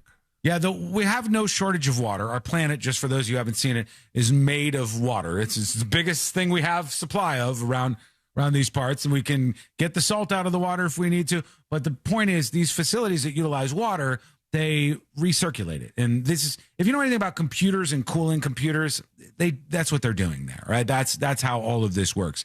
So the water thing is done, but the other concerns are legit, and I don't blame people for having them. And they shot down this Project Tango thing after 12 hours of debate, it says, actually. Do you yeah, because yesterday you had me check on it, and I was like, oh, this meeting started at 9:30 in the morning. You asked me to check on it around 12:30ish, and I was like, They weren't done at all. Oh no, they had taken a recess or like a lunch break or something. Yeah. And they wanted to move into a different facility because everybody outside was too hot. Yeah. it probably got heated up there, or down there. They're all screaming at each other, right? Do you think that the idea of the AI data center, or just a data center in general, is lucrative enough to do it offshore? Geez, I don't see why not. There's got to be the ability to do that. And if they could do that, it seems like they might be able to power it out there, right? You would be. If you could put the data center somewhere like that where it wasn't as cumbersome to any kind of neighborhood or population of people, and then you could power it off hydroelectricity because the ocean's the only thing that never gives up, never ever gives up, then I think you would be in a much better position. But people don't want it in their neighborhoods for a lot of reasons. I think they're right to feel that way. Big Digit says we don't have an endless supply of water. If you're worried about water running out, I mean, I don't know what to tell you, buddy. Like, this is not a genuine concern. It's not a genuine concern. The job situation is something to worry about. Absolutely, positively. That's a huge issue. The noise, there's a lot of things to be upset about with these facilities, but the water one is really not a big issue as far as I'm concerned. Real quick though, let's do jury duty. Court is now in session, so put your phone down and pay attention before we call the bailiff over to whip your ass. You're now on jury duty with the News Junkie. Jury duty brought to you by the one, the only Mo DeWitt of the DeWitt Law Firm. Injured on the go? Just call Mo. 800-CALL-MO, 800-CALL-MO, or go to justcallmo.com. After an accident, make sure you are using the attorney that's going to give you the attention that you deserve. That's Mo DeWitt, and go to justcallmo.com. Okay. Quickly in jury duty, an update on this Nolan Wells, this teenager that went missing during the 4th of July on a boat trip to this island off the coast of Mississippi. They said they are now inspecting the cell phone of this teenager, Nolan Wells, with the district attorney. The district attorney said they're going over all the details in the phone. The family was concerned because his friends had the phone, and they thought they were like deleting stuff and covering up their tracks. The family of Nolan Wells, this young kid who's 18 years old, who is black, and his family seems to believe that the friends who are mostly white had done something nefarious, but there's no real evidence of that just yet. And I like how at least the locals and the investigators are being very open, and they're saying, let's look into the cell phone. You guys deserve to have questions.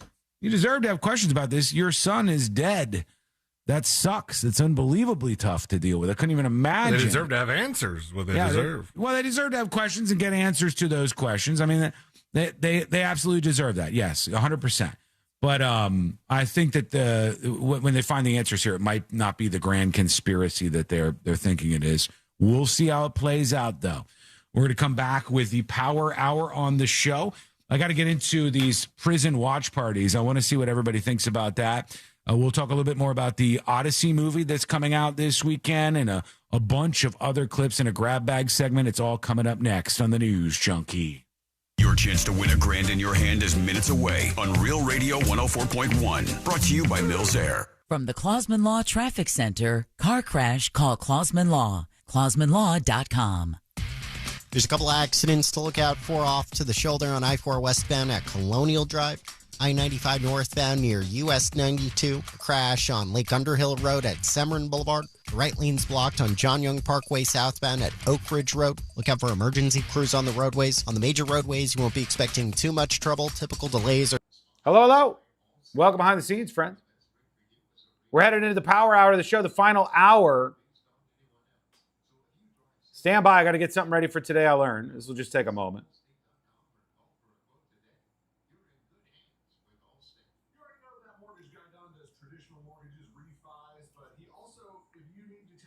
Some people skipped Economics 101, and it shows. Sure.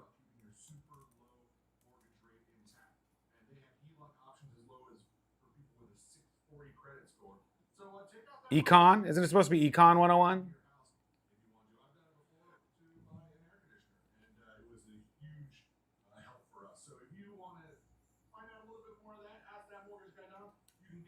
Okay, let me just get this going, and then I'll be right with you, folks.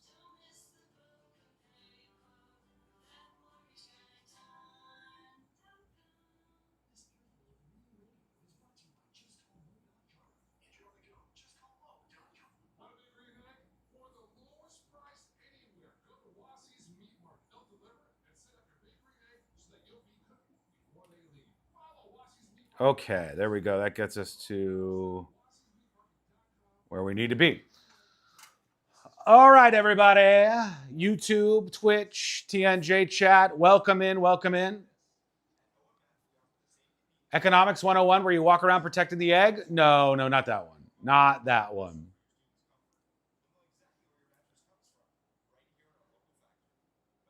Other than whatever small percentage of... I missed it. It went off the screen. Yeah, the problem with the data center thing is the first thing that went out there rotted people's minds. And it was like, they waste so much water. I care about water. And the problem with that, and the reason why I make sure I mention that, is because I think you need to be well informed when you're facing off with these big companies that want to build these data centers. And it ends up being like the gun debate. Oh, God. The gun control debate in America is full of people who know guns and know firearms and know a lot about them, and people who have never owned a firearm in their life and know nothing about firearms, but hate them and want to rid the earth of them. And when you debate, the gun people tend to have so much more knowledge than the anti-gun people, and it puts them in a terrible position. Like, if you're an anti-gun person, the thing you should actually do is go gain a massive knowledge base. Use guns, even though you hate them. Learn about them so you know and you don't think AR means assault rifle. Like these dumb decisions. So when somebody tries to build a data center in your backyard, then the way I see it is you go, hey, what is the reasoning for me being against this data center? And you should be able to say things that are coherent and strong arguments. The water situation ain't it. Water.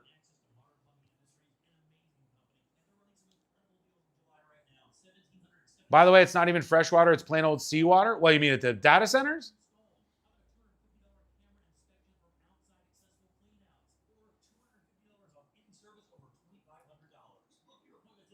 You were wrong, Sean. Water is a precious commodity. I'm not wrong, but, you know, that's okay. I mean, just so you know, we have literal deserts in the United States of America that we've pumped so much water into that they have 18 whole golf courses with waterfalls. We have learned to move water around. There are places that are not naturally good for having water for a populace, i.e. deserts. But over the years, we've learned how to deal with that as human beings. Water is not a grave concern for us. Water is literally only a concern on the continent of Africa. And the issue with the continent of Africa is that they don't have enough wells with clean water, so they drink still water that's polluted with all sorts of different bacteria that make a lot of people sick. The only continent that really has water issues is Africa, and it's for those reasons, not the reasons you're likely thinking of. Why is the water aspect a non-starter? I don't know what you mean.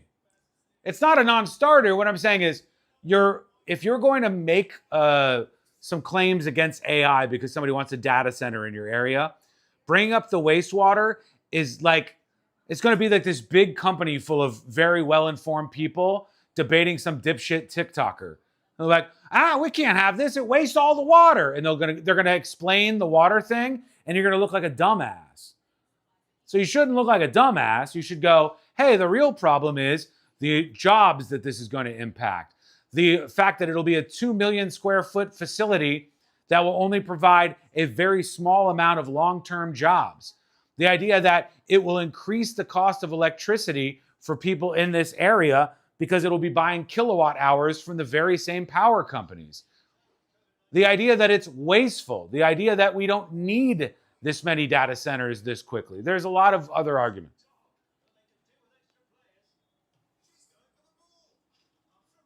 If you want to say he's wrong about the door seals and the windows, fine, but he's right about the water. I feel like I'm right about the seals too. You know, look, like, got your doors. Seal. Good seal. Better set. Quieter. Better use of your air conditioning in your house. I stand by my seals argument, even though I know it's not really a good one. But this one I'm just right about. All right, here we go. Learn more at coronacigar.com. Go to markspain.com to get a guaranteed offer on your home today and start packing. iHeartRadio FIFA World Cup Update. Argentina is back in the World Cup final after more late-game magic. England's Harry Kane reflecting on his team giving up the 2 late goals in yesterday's loss. We struggled to keep the ball, we struggled to put pressure on the ball, and it just allowed them to create more momentum and created more attacks for them in our final third. Argentina meets Spain in Sunday's final. England plays France in the third-place match Saturday. Download the iHeartRadio app for live Fox coverage of every game.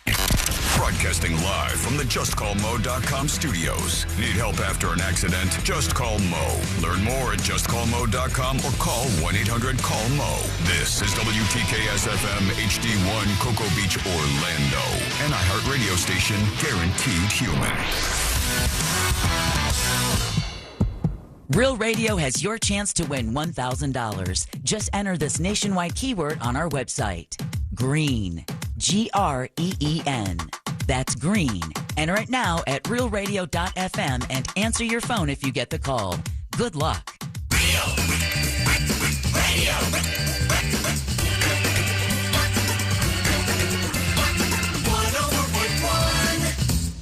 Occupying the space between high society and prison tattoos. This is the News Junk.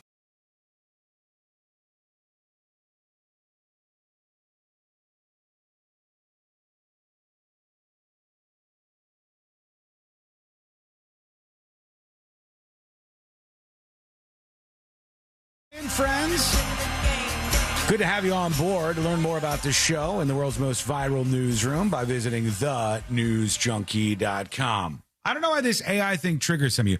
PF on YouTube says, you need to contact all the water districts in Florida and tell them the drought is BS per Sean. Like, I hate to do this, but I expect a little more out of you listening to this show. This is a pretty simple thing. My claim is this. My claim is that I think the AI data centers are bad. I don't want one in my neighborhood. But I think we should be putting them in places where we make sure that they don't have a negative impact on so many people. Because my whole worldview is I care about making better outcomes for the most people possible, right? So I want the most people to have a good and fair and free experience of just being a human being and enjoying themselves. I think these data centers could be a net negative to so many people, and we should make sure it's done the right way if it's done at all, or certainly not in these neighborhoods. So then I say, just so you know, when you try to make the stupid arguments that you see on TikTok or something. Instagram, Twitter, y'all see this? Can you believe the amount of water that this AI facility wastes? If you do that and you're arguing against the companies that are trying to create the data centers, they are going to make you look ignorant. All right, because you've learned something on TikTok or you saw a post on social media and you now believe that the big concern with the AI centers is actually wasteful water. That's not the big concern with the data centers. That's not an issue. It's not a significant issue in any way. And if you bring it up, they're going to make you seem stupid. And it's going to lessen the power of the argument against these data centers in some of these communities, right? This is not very difficult to understand. The other thing that I'm saying is, we have an abundance of water on this planet. And whilst we may have droughts in particular areas, and you may have a lack of rainfall, and you may have to wait until we get enough weather to come through to build up, this place or that place with the amount of rainwater it needs, those are all legitimate concerns on a local and micro-local level. But when you're talking about the AI side of things, you're going to sound stupid. And I don't want you to sound stupid. I want you to be informed. I want you to have good arguments against them because I want you to win. I want you to sound stupid. I'm fine with it. I'm so totally stupid. Cool. I like company. You don't know, man. We got droughts in our area. And it's like, come on. Do you not know that those things are not connected like you think they are? That's not how it works. That's not the problem. The problem is jobs. It's a huge, earth-shatteringly big problem. It's a massive problem. They can't fight back on that. It's a problem when they're also purchasing power from the same company that you are, kilowatt hours getting more expensive in your area. It's an issue, right? that's an issue, a real one. And you're going to have a good argument against the data companies that pop up in your neighborhood. But if you don't know what you're talking about, it's not going to work as well. So, do your thing. But here we go. Let's do the Power Hour. They said it couldn't be done. Then they said, I am going to be representing them. And I'm going to do it with a little bit of moxie, a little bit of enthusiasm, a little bit of excitement. It's time for the Power Hour on the News Junkie. That lady's so great, man. Oh, God. What was her name again? Oh, I forget. Senate candidate.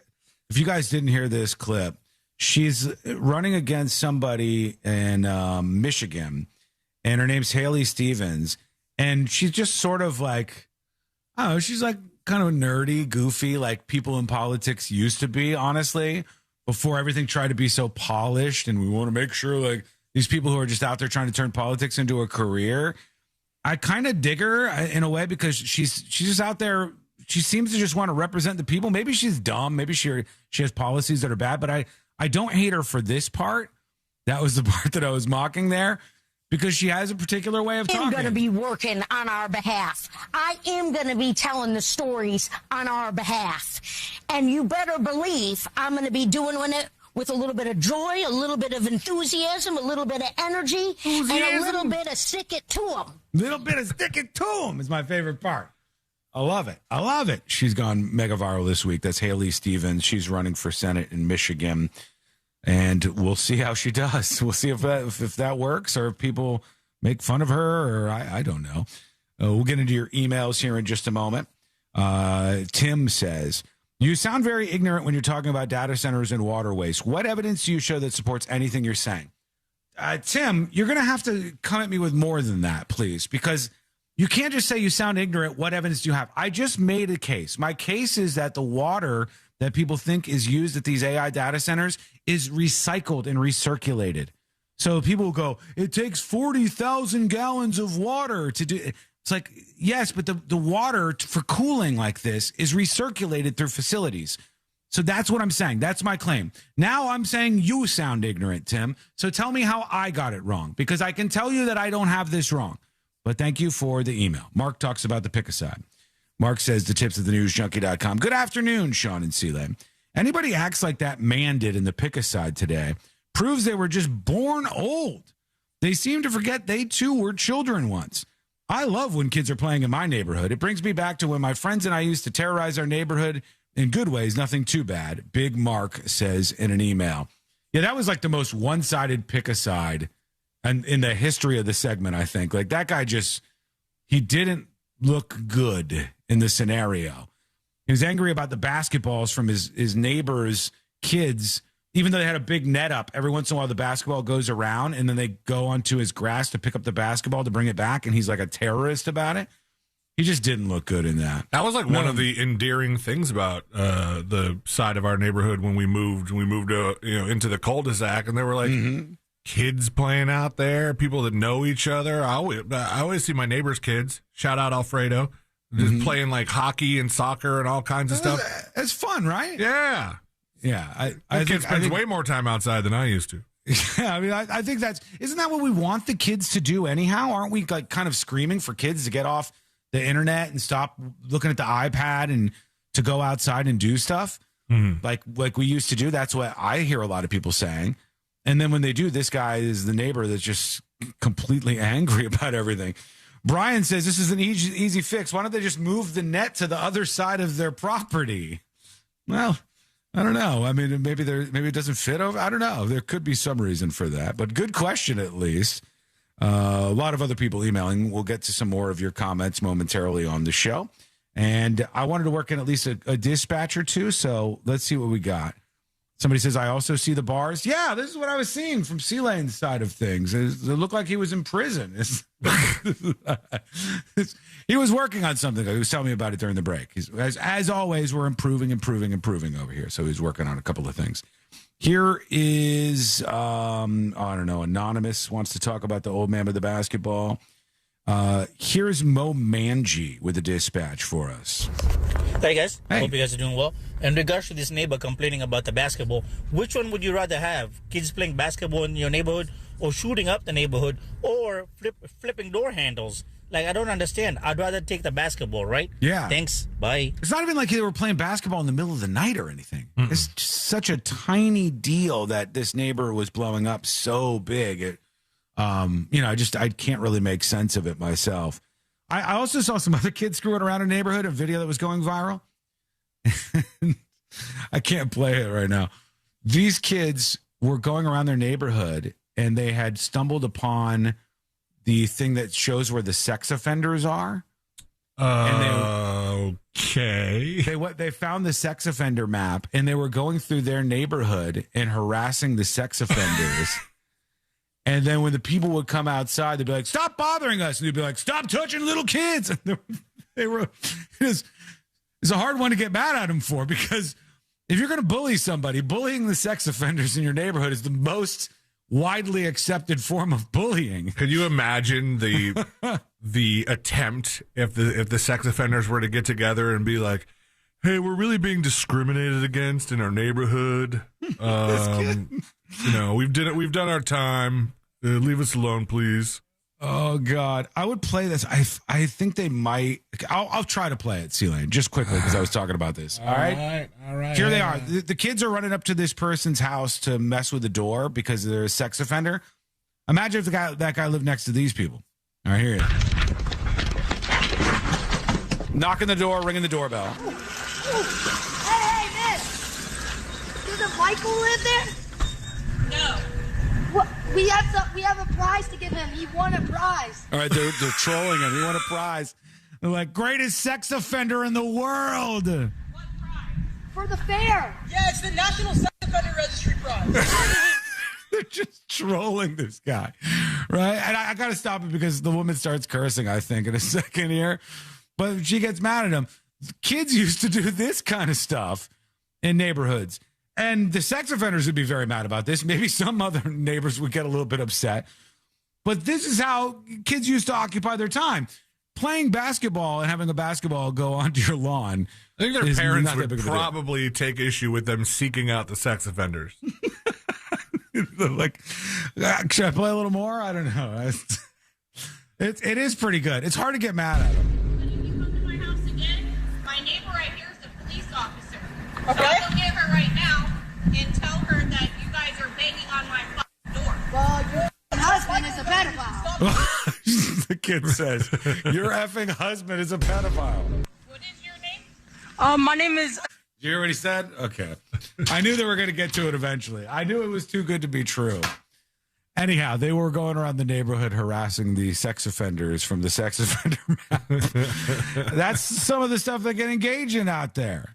It's weird, though, if somebody comes back and they go, your kids have been bullying my husband. Oh, my God, have they? What did they do? They were bullying my husband. Why? Because he's a sex offender.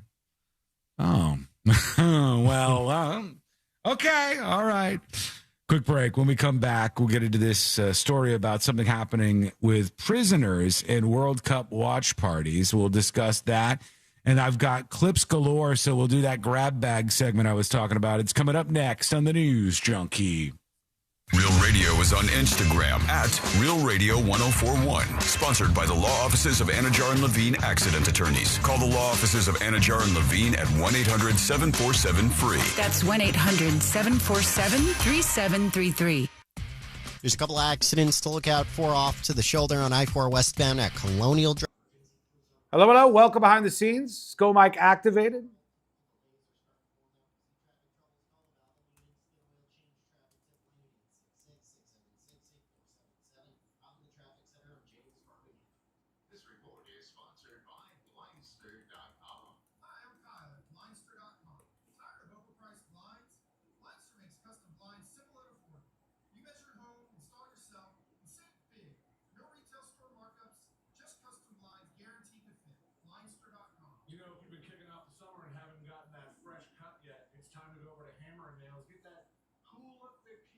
Cool all season long. Hammer Nails Group of Guys is the perfect place for that because it's more than just some ordinary barber shop that smells like fumes. It's a total man care destination.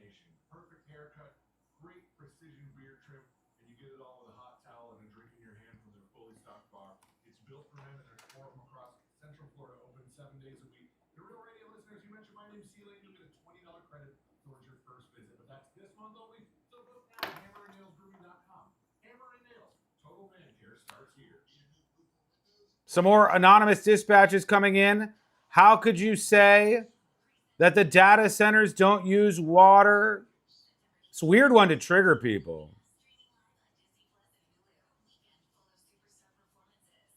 The water is recycled, folks, at these plants. I said it again, and it triggered somebody last time in the golf course industry. Golf courses are a far bigger waste of water than any AI data center has ever been in the history of AI data centers. I think AI data centers pull less than 1% from our water supply. So of all the water supply usage in the United States of America, only a fraction of a percent is actually used by data centers. It's not the concern that you should be focused on, but it makes people kind of dumb sometimes. I don't know how to reverse course on that other than to say it. Then when they bring forward their arguments and they get angry about it, go, here's why that doesn't make sense. Here's why that doesn't make sense. But then that's taking me into the world where it feels like I'm defending the AI data companies, which I'm not doing. Therein lies the problem. Golf courses recycle water. Some of them probably do. Golf courses provide more jobs, though. Golf courses provide some jobs, but think about the amount, the footprint of a golf course, how large of an area it takes up, and how few people utilize that area. It doesn't stack up very good when you think about it that way. All right, here we go.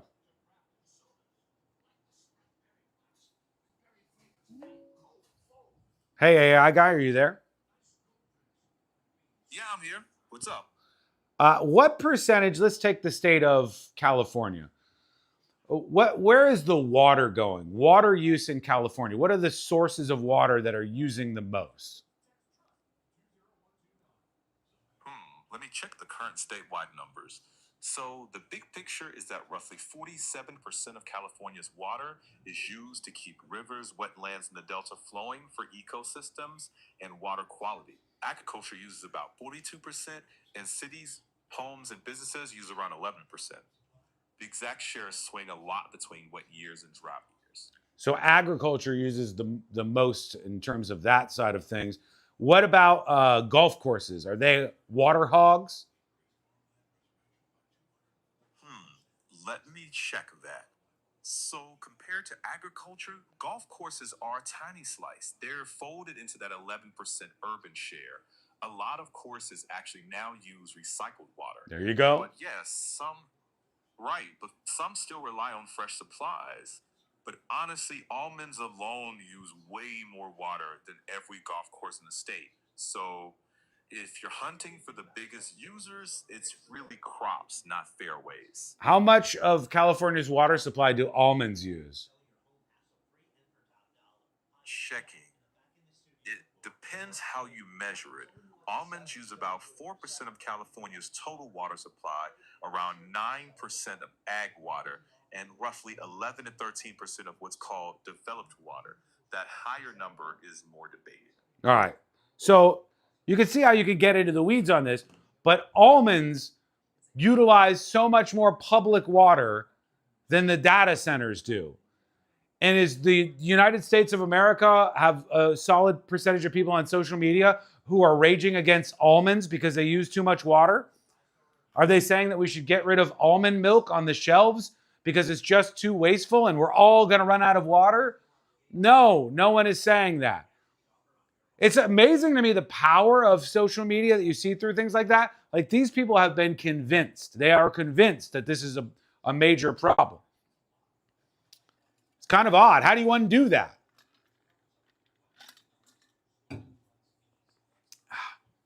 Almonds don't have milk? Well, that's what they say at the grocery store. Huh? What am I supposed to do about that?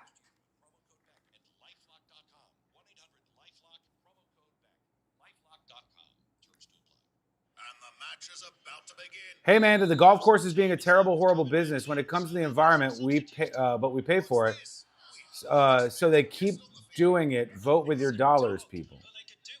Hey man, to the golf courses? I mean, amen to the golf courses? I'm not sure what that was supposed to be. Mounds don't have nuts? All right, we're coming back right now, folks. Soccer season is full of surprises, and COVID-19 could be one of them. If you test positive, prescription medications may help. Ask your doctor if they're right for you. Learn more at PfizerForAll.com. Sponsored by Pfizer. As America marks its 250th anniversary, we're looking back at 2.5 centuries of rebellion and liberty through the eyes of the heroes who defended it. The whole thing about this country is freedom. If we're not careful, we could lose that. On Medal of Honor, Stories of Courage, we bring you the defining moments of valor that went above and beyond the call of duty. Listen to Medal of Honor on America's #1 podcast network, iHeart. Follow Medal of Honor and start listening on the free iHeartRadio app today. Hey, big shout out to our friends at Elixir Downtown. If you're looking for the best lunch downtown, they've got it. If you're looking for an excellent place to watch the World Cup final outside on a big screen, they've got it. And if you're looking for half-price cheeseburgers and half-price wings, they've got it every Monday now at Elixir. They're on the corner of Washington Street and Orange Avenue downtown. Check them out at elixirorlando.com. Thanks for lunch. Real Radio has your chance to win $1,000. Just enter this nationwide keyword on our website. Green. Green. That's green. Enter it now at realradio.fm and answer your phone if you get the call. Good luck.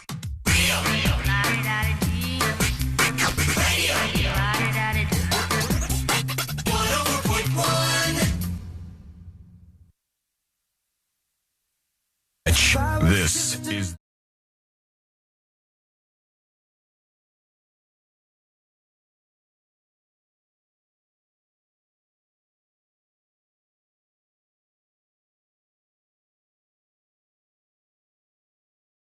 Yes, that's right. You can watch the show over at youtube.com/The News Junkie. That's youtube.com/The News Junkie. To your feedback, emails, recorded messages called dispatches that we talk about and all the rest in a moment. But I saw something that was happening as of this week that I was like, what, should we really be doing that? And it's not even really just should we really be doing it, but should we be kind of celebrating it like we are? I guess that's my bigger issue. And they were talking about how at Rikers Island, which if you don't know, Rikers Island is a prison in New York City. And it's been kind of a controversial I know this prison. From watching Law and Order. Law and Order has featured it, I'm sure. Like Rikers Island's a famous prison. It's a very famous prison. And there's been claims over the years that it's doesn't treat the prisoners well enough, or there's like different controversies about it. But now there was a story about Rikers hosting a watch party for their inmates to be able to watch the World Cup. Because the World Cup has been going on, and they wanted to make sure that the inmates, for some reason at the prison, had a fun time and were able to watch the World Cup watch party. And on its face, I don't really have a huge issue with that, but it went a little further, and I'll talk about why I did take issue with it at some point. On its face, if you want to do things like this to reward good behavior among inmates, right? I don't have like a big problem with that. I think that's the part when you teased this, I was like, well, I mean, for prisoner morale or just to kind of entice them to not be jerks all the time, bad, not be violent, not, break the rules. You kind of need things in place. You need goals that they can reach, especially the ones that are there for either really long stretches or life. And like you said, it can be kind of a rough place. So if you incentivize some things to keep the prisoners in line, I think that's an overall net positive. I'm fine with that. And I understand that the prisons need tools to try to encourage good behavior. I totally get that. I totally understand that. However, the mayor of New York, Zohran Mamdani, he then took it a step further, and that's where I was like, I don't know about this. He visited Rikers and was hanging out and watching the World Cup with the prisoners. And I'm watching this. Here it is. And we talked about 66, you got 1 star only. The mayor of New York comes in. He's like smiling, shaking hands with the prisoners. Who you guys work for? I hope that this shares with people who are incarcerated here on Rikers that they too are a part of New York City. The World Cup has been a magical moment for the entire city. These are New Yorkers, and they will be New Yorkers when they get out of Rikers. They're New Yorkers today. And if they get out of Rikers. Yeah, right. Yeah, so he goes in and he parties, the mayor of New York City, with the prisoners at Rikers Island. Would you call it parties? I mean, hanging out. Yeah, Okay, it's not like maybe, they're serving them all beers. I'll try to be as friendly as I can. I would say he's in there meeting and greeting and smiling and shaking hands with them, these prisoners at Rikers Island who are watching the World Cup. So while I don't have a giant problem with you rewarding really good behaved inmates with letting them watch the World Cup or having some of that stuff accessible, I do have an issue with just sauntering in there and saying, hey, like you guys are Americans, you're New Yorkers just like the rest of us. We want to make sure you get to enjoy the World Cup.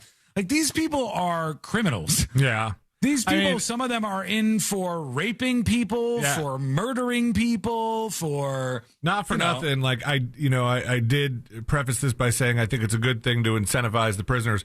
But it's the caption on this tweet that I saw before you played the thing was not great for Mamdani. Mamdani watches World Cup with guy that strangled his girlfriend to death. Yeah, I don't know if that's true or not. I don't know if they figured out who the people are in the video. But literally, Rikers is a prison where prisoners are accused of a variety and convicted of a variety of very aggressive crimes. Dave says it's a jail, not a prison. Is Rikers technically a jail? Is it? It might be. I don't know. Hold on.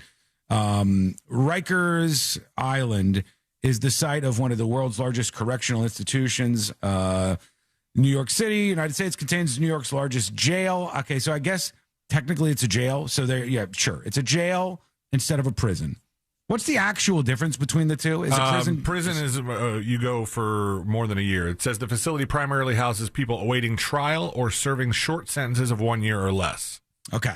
So Rikers is like almost like an in-between facility before you would be fully sentenced, and then you would end up going to the prison where you would spend a much longer period of time. It's a halfway house in the wrong direction. Kind of, yeah. So with that said, these people are, many of them convicted, some of them on trial for incredibly terrible crimes.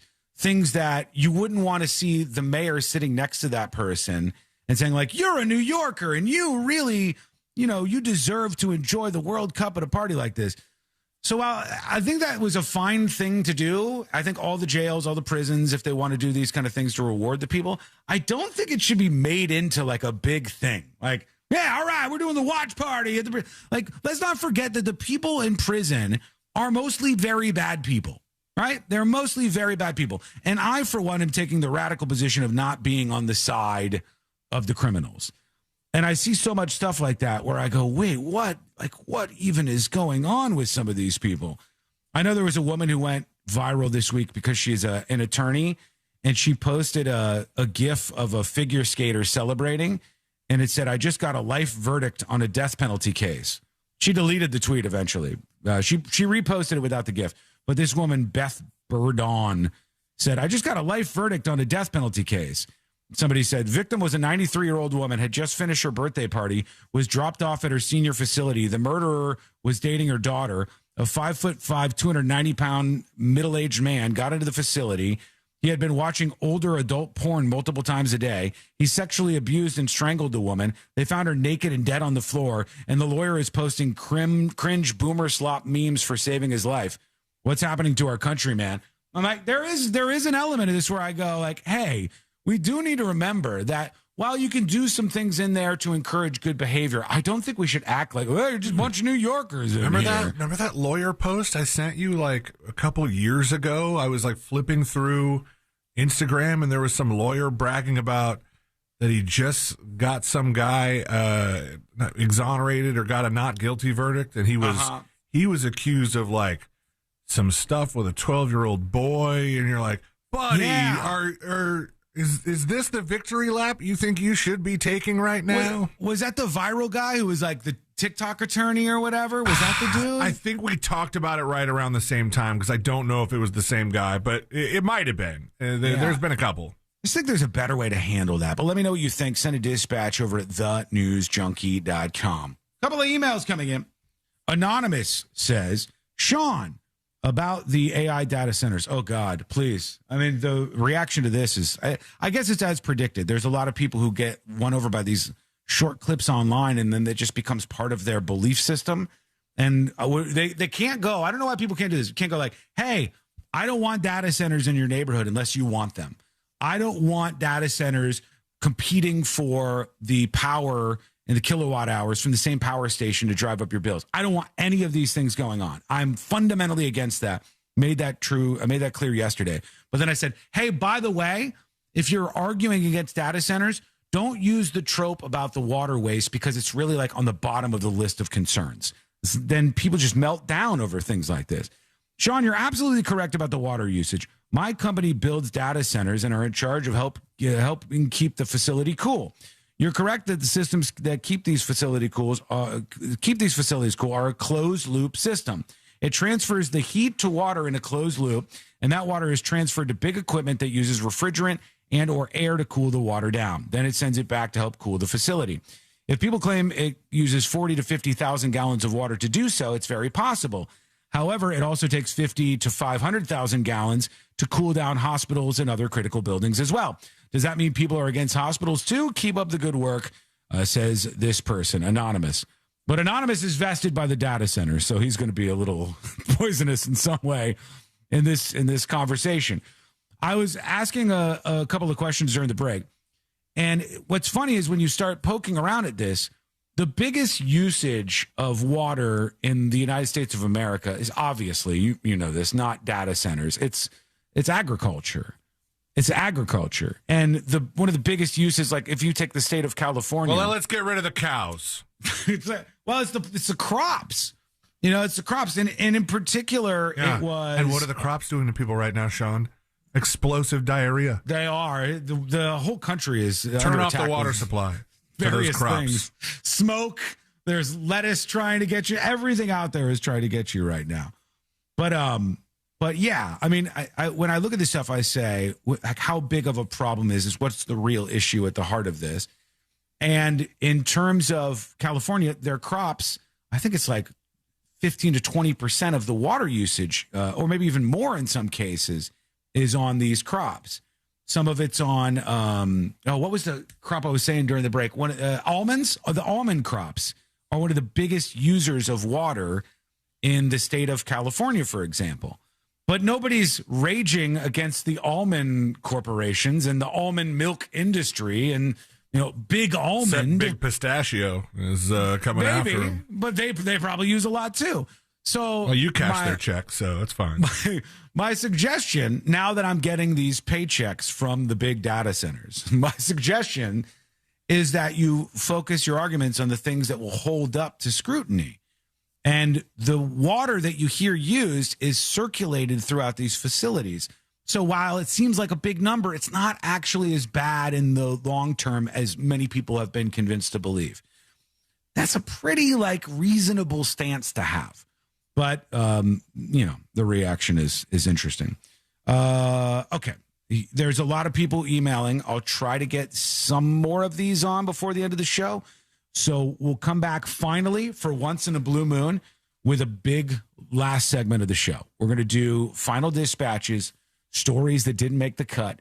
And, of course, today I learned to wrap everything up for a Thursday. That's coming up next on the News Junkie.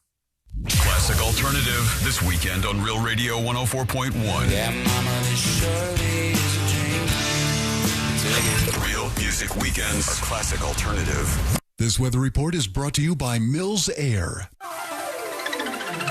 I'm Fox 35 Storm Team meteorologist Jessica Dobson with a check of your Thursday forecast. And for today, we are going to be expecting another day with scattered afternoon and evening showers and storms, a little higher than yesterday and a little more hot and humid than yesterday, too. We'll see about a 40 to 50% chance of these afternoon and evening showers and storms. Most of them, though, still taking place to the east of the Orlando metro. Temperatures will still be hot, humid, with highs in the mid-90s. Plan for a high of 94 degrees. Hello. Welcome behind the scenes, folks. It's time to wrap it up on a Thursday. Hope you had a good time. If you did, hit that like button over on YouTube.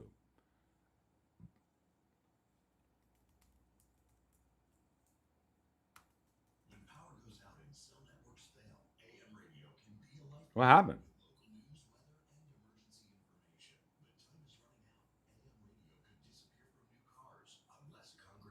Something happened.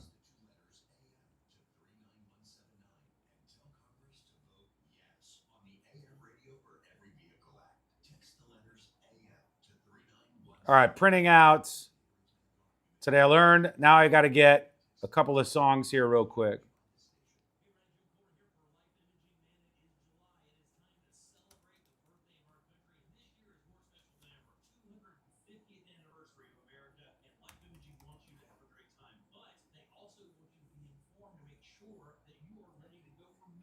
Okay.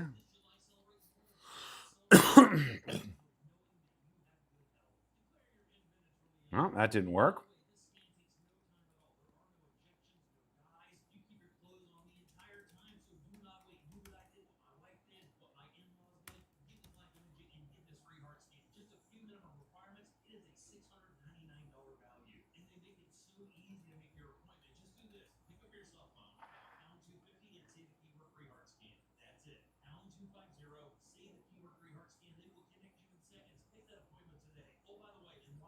All right, got that.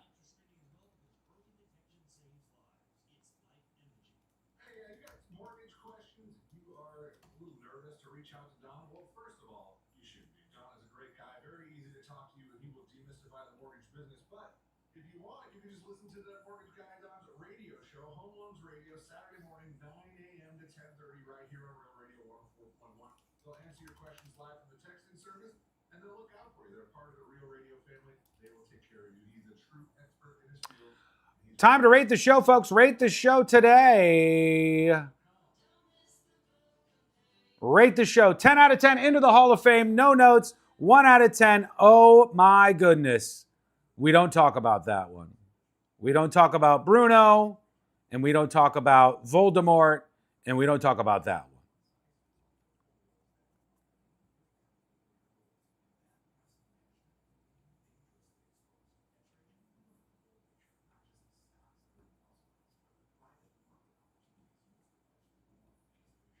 $9.3 man-spreading Einsteins out of 10. 9 out of 10 trespassed unidentified basketballs. The Great Basketball War. Indeed. 10 out of 10 basketballs in a neighbor's yard. Let me cue this up. Okay.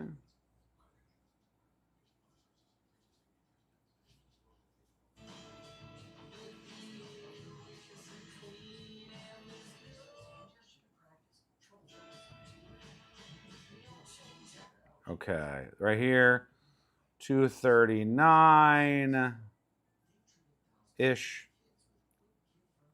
Quick fade, 2 seconds. 10 out of 10. 10 out of 10 drunk Argentinians singing. Congratulations to Spain fans and fans of the Argentina team for making it to the finals of the World Cup. God bless you.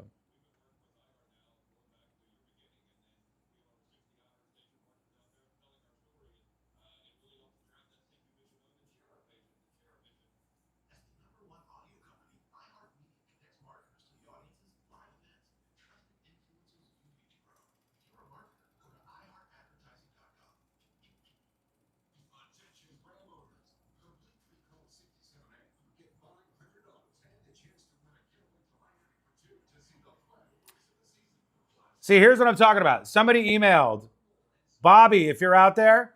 Bobby says a single mid to large data center can consume between 1 million and 5 million gallons of water a day. Like, come on. You can't, like, come on. Their circulation is a certain number of gallons, and it wouldn't be that many gallons. And then they circulate the water. Holy shit. I can't I can't fix all of this. I can't do it, folks. I need a break. I have to stop the show. I have to stop it. 10 out of 10 bowel blast. Right now, I have to go get the Today I Learned printout. Don't forget, Secret shows tonight at 8 p.m. right here in the studio. How you doing?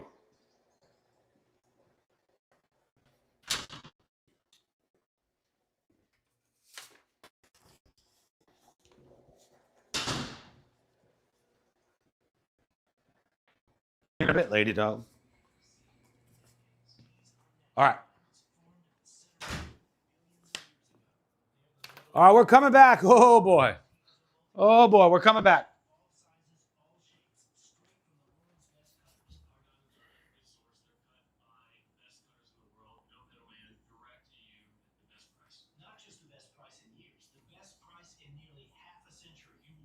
All right, folks, have a great day.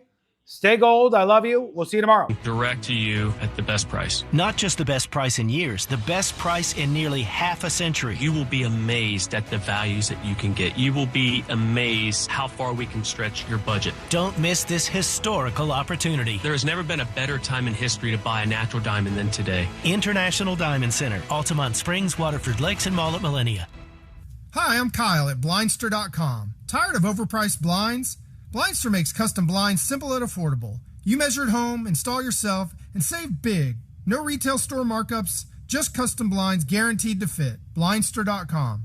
This earful of Real Radio is brought to you by crimeline.org. Give a tip anonymously.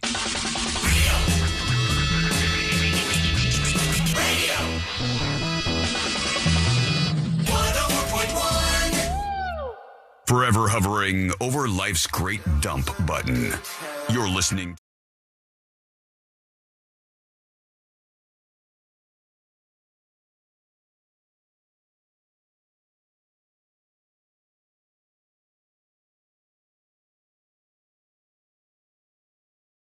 Thanks for hanging out with us. It's been a blast. It's been a good time, a goodish time. And we're going to do all the rest of the stuff to close up shop here on a Thursday. I'm not going to downplay it. It's been a real good time. It's good. It's been an okay time. Great time. We have had an okay time. And you can still hang out with us before the end of the show. Tips@thenewsjunkie.com is where you send your emails or send your dispatches over on the website or the app. And I promise we get into a little bit more of those. Let's see what else we can do.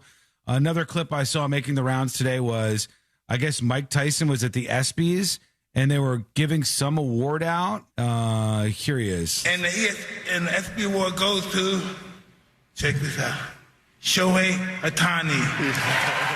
First of all, I know why he said check this out, because Mike Tyson had been practicing how to say Shohei Ohtani. Shohei. Yeah. And then they're like, all right.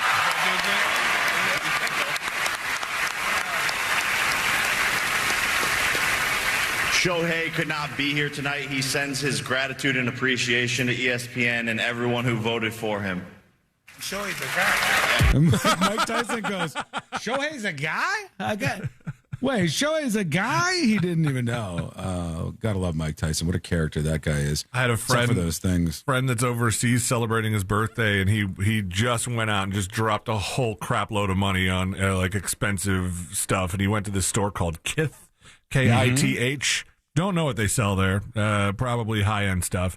But every time he took a picture at Kith, I just wanted to find that gif of Mike Tyson going, now Kith.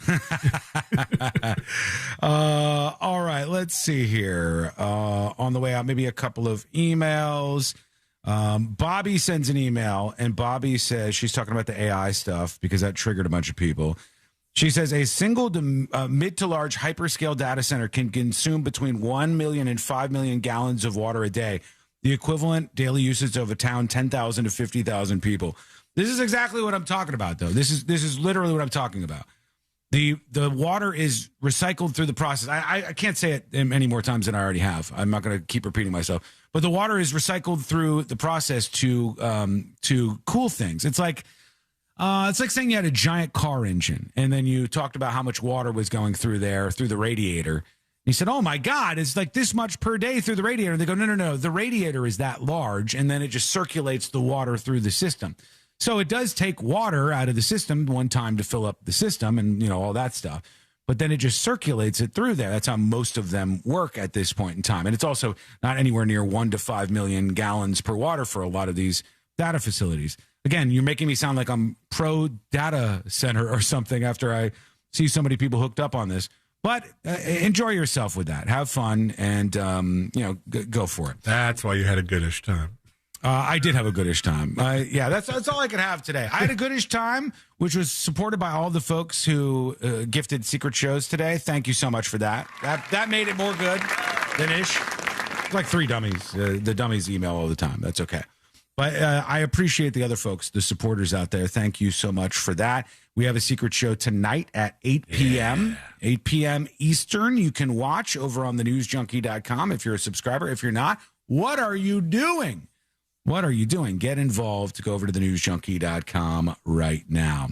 All right, that'll... do we have time for a dispatch or no? Yeah, we do. For quick one. These are the final dispatches, but Sean will I promise more. I promise more. That Odyssey movie, I think, is going to do really good, by the way. I think so, too. Yeah. Just for the record, people seem to be reviewing that thing like it's the greatest movie in the world, so we'll see how it works out. Here is Anonymous with a dispatch about the old man. Hey guys, what's going on this afternoon? Just a quickie on the old man and the basketball kids. Quickie on the old man. He's so proud that he has these videos of the kids playing with the balls, and the balls obviously flying over his fence, and he wants to show the cops, and they kind of like they don't care about the videos. Sure. They should actually care about the videos. Go over to the video, watch it with the man, seeing the kids playing with the balls, and when the balls go on the guy's lawn, freeze it. Take a screenshot. See if that's the ball that's in the man's hand now. If he can't produce the receipt, cite him for Anonymous, petty theft. this feels like the same kind of debate as the AI water thing. It feels like it was obvious to everybody in the world that the basketball came from the kid's house. Everybody knew where the basketball came from. The guy was just being annoying. So we could just ignore the guy being annoying, I think. And that's what his neighbors are probably trying to do. Let's do Today I Learned. The following information may make you feel smarter, but will not actually increase your IQ. So don't get cocky. Now it's time for what we call Today I Learned. It is Today I Learned for a Thursday, July 16th, 2026. Here we go. Today I Learned, there's a legal loophole, in quotes, in Yellowstone where you could theoretically get away with murder because there's no jury. There's no jury in the Yellowstone area. However, I don't think it works that way. I can't read much more. I just don't think it works that way. Today I learned this band right here. The Verve. The Verve is correct. That's right. The Verve, they only made about $1,000 from this song, Bittersweet Symphony, because of a big, fat copyright issue you may have heard of with the Rolling Stones. The Rolling Stones actually ended up with the rights to it after a court battle, but they returned them because they felt bad in 2019 so that the people from the Verve could make a little bit of money. Thank you so much for hanging out with us. We do appreciate it. We're back tomorrow, same time, same place. Missed any of the show? Get the podcast over at the News.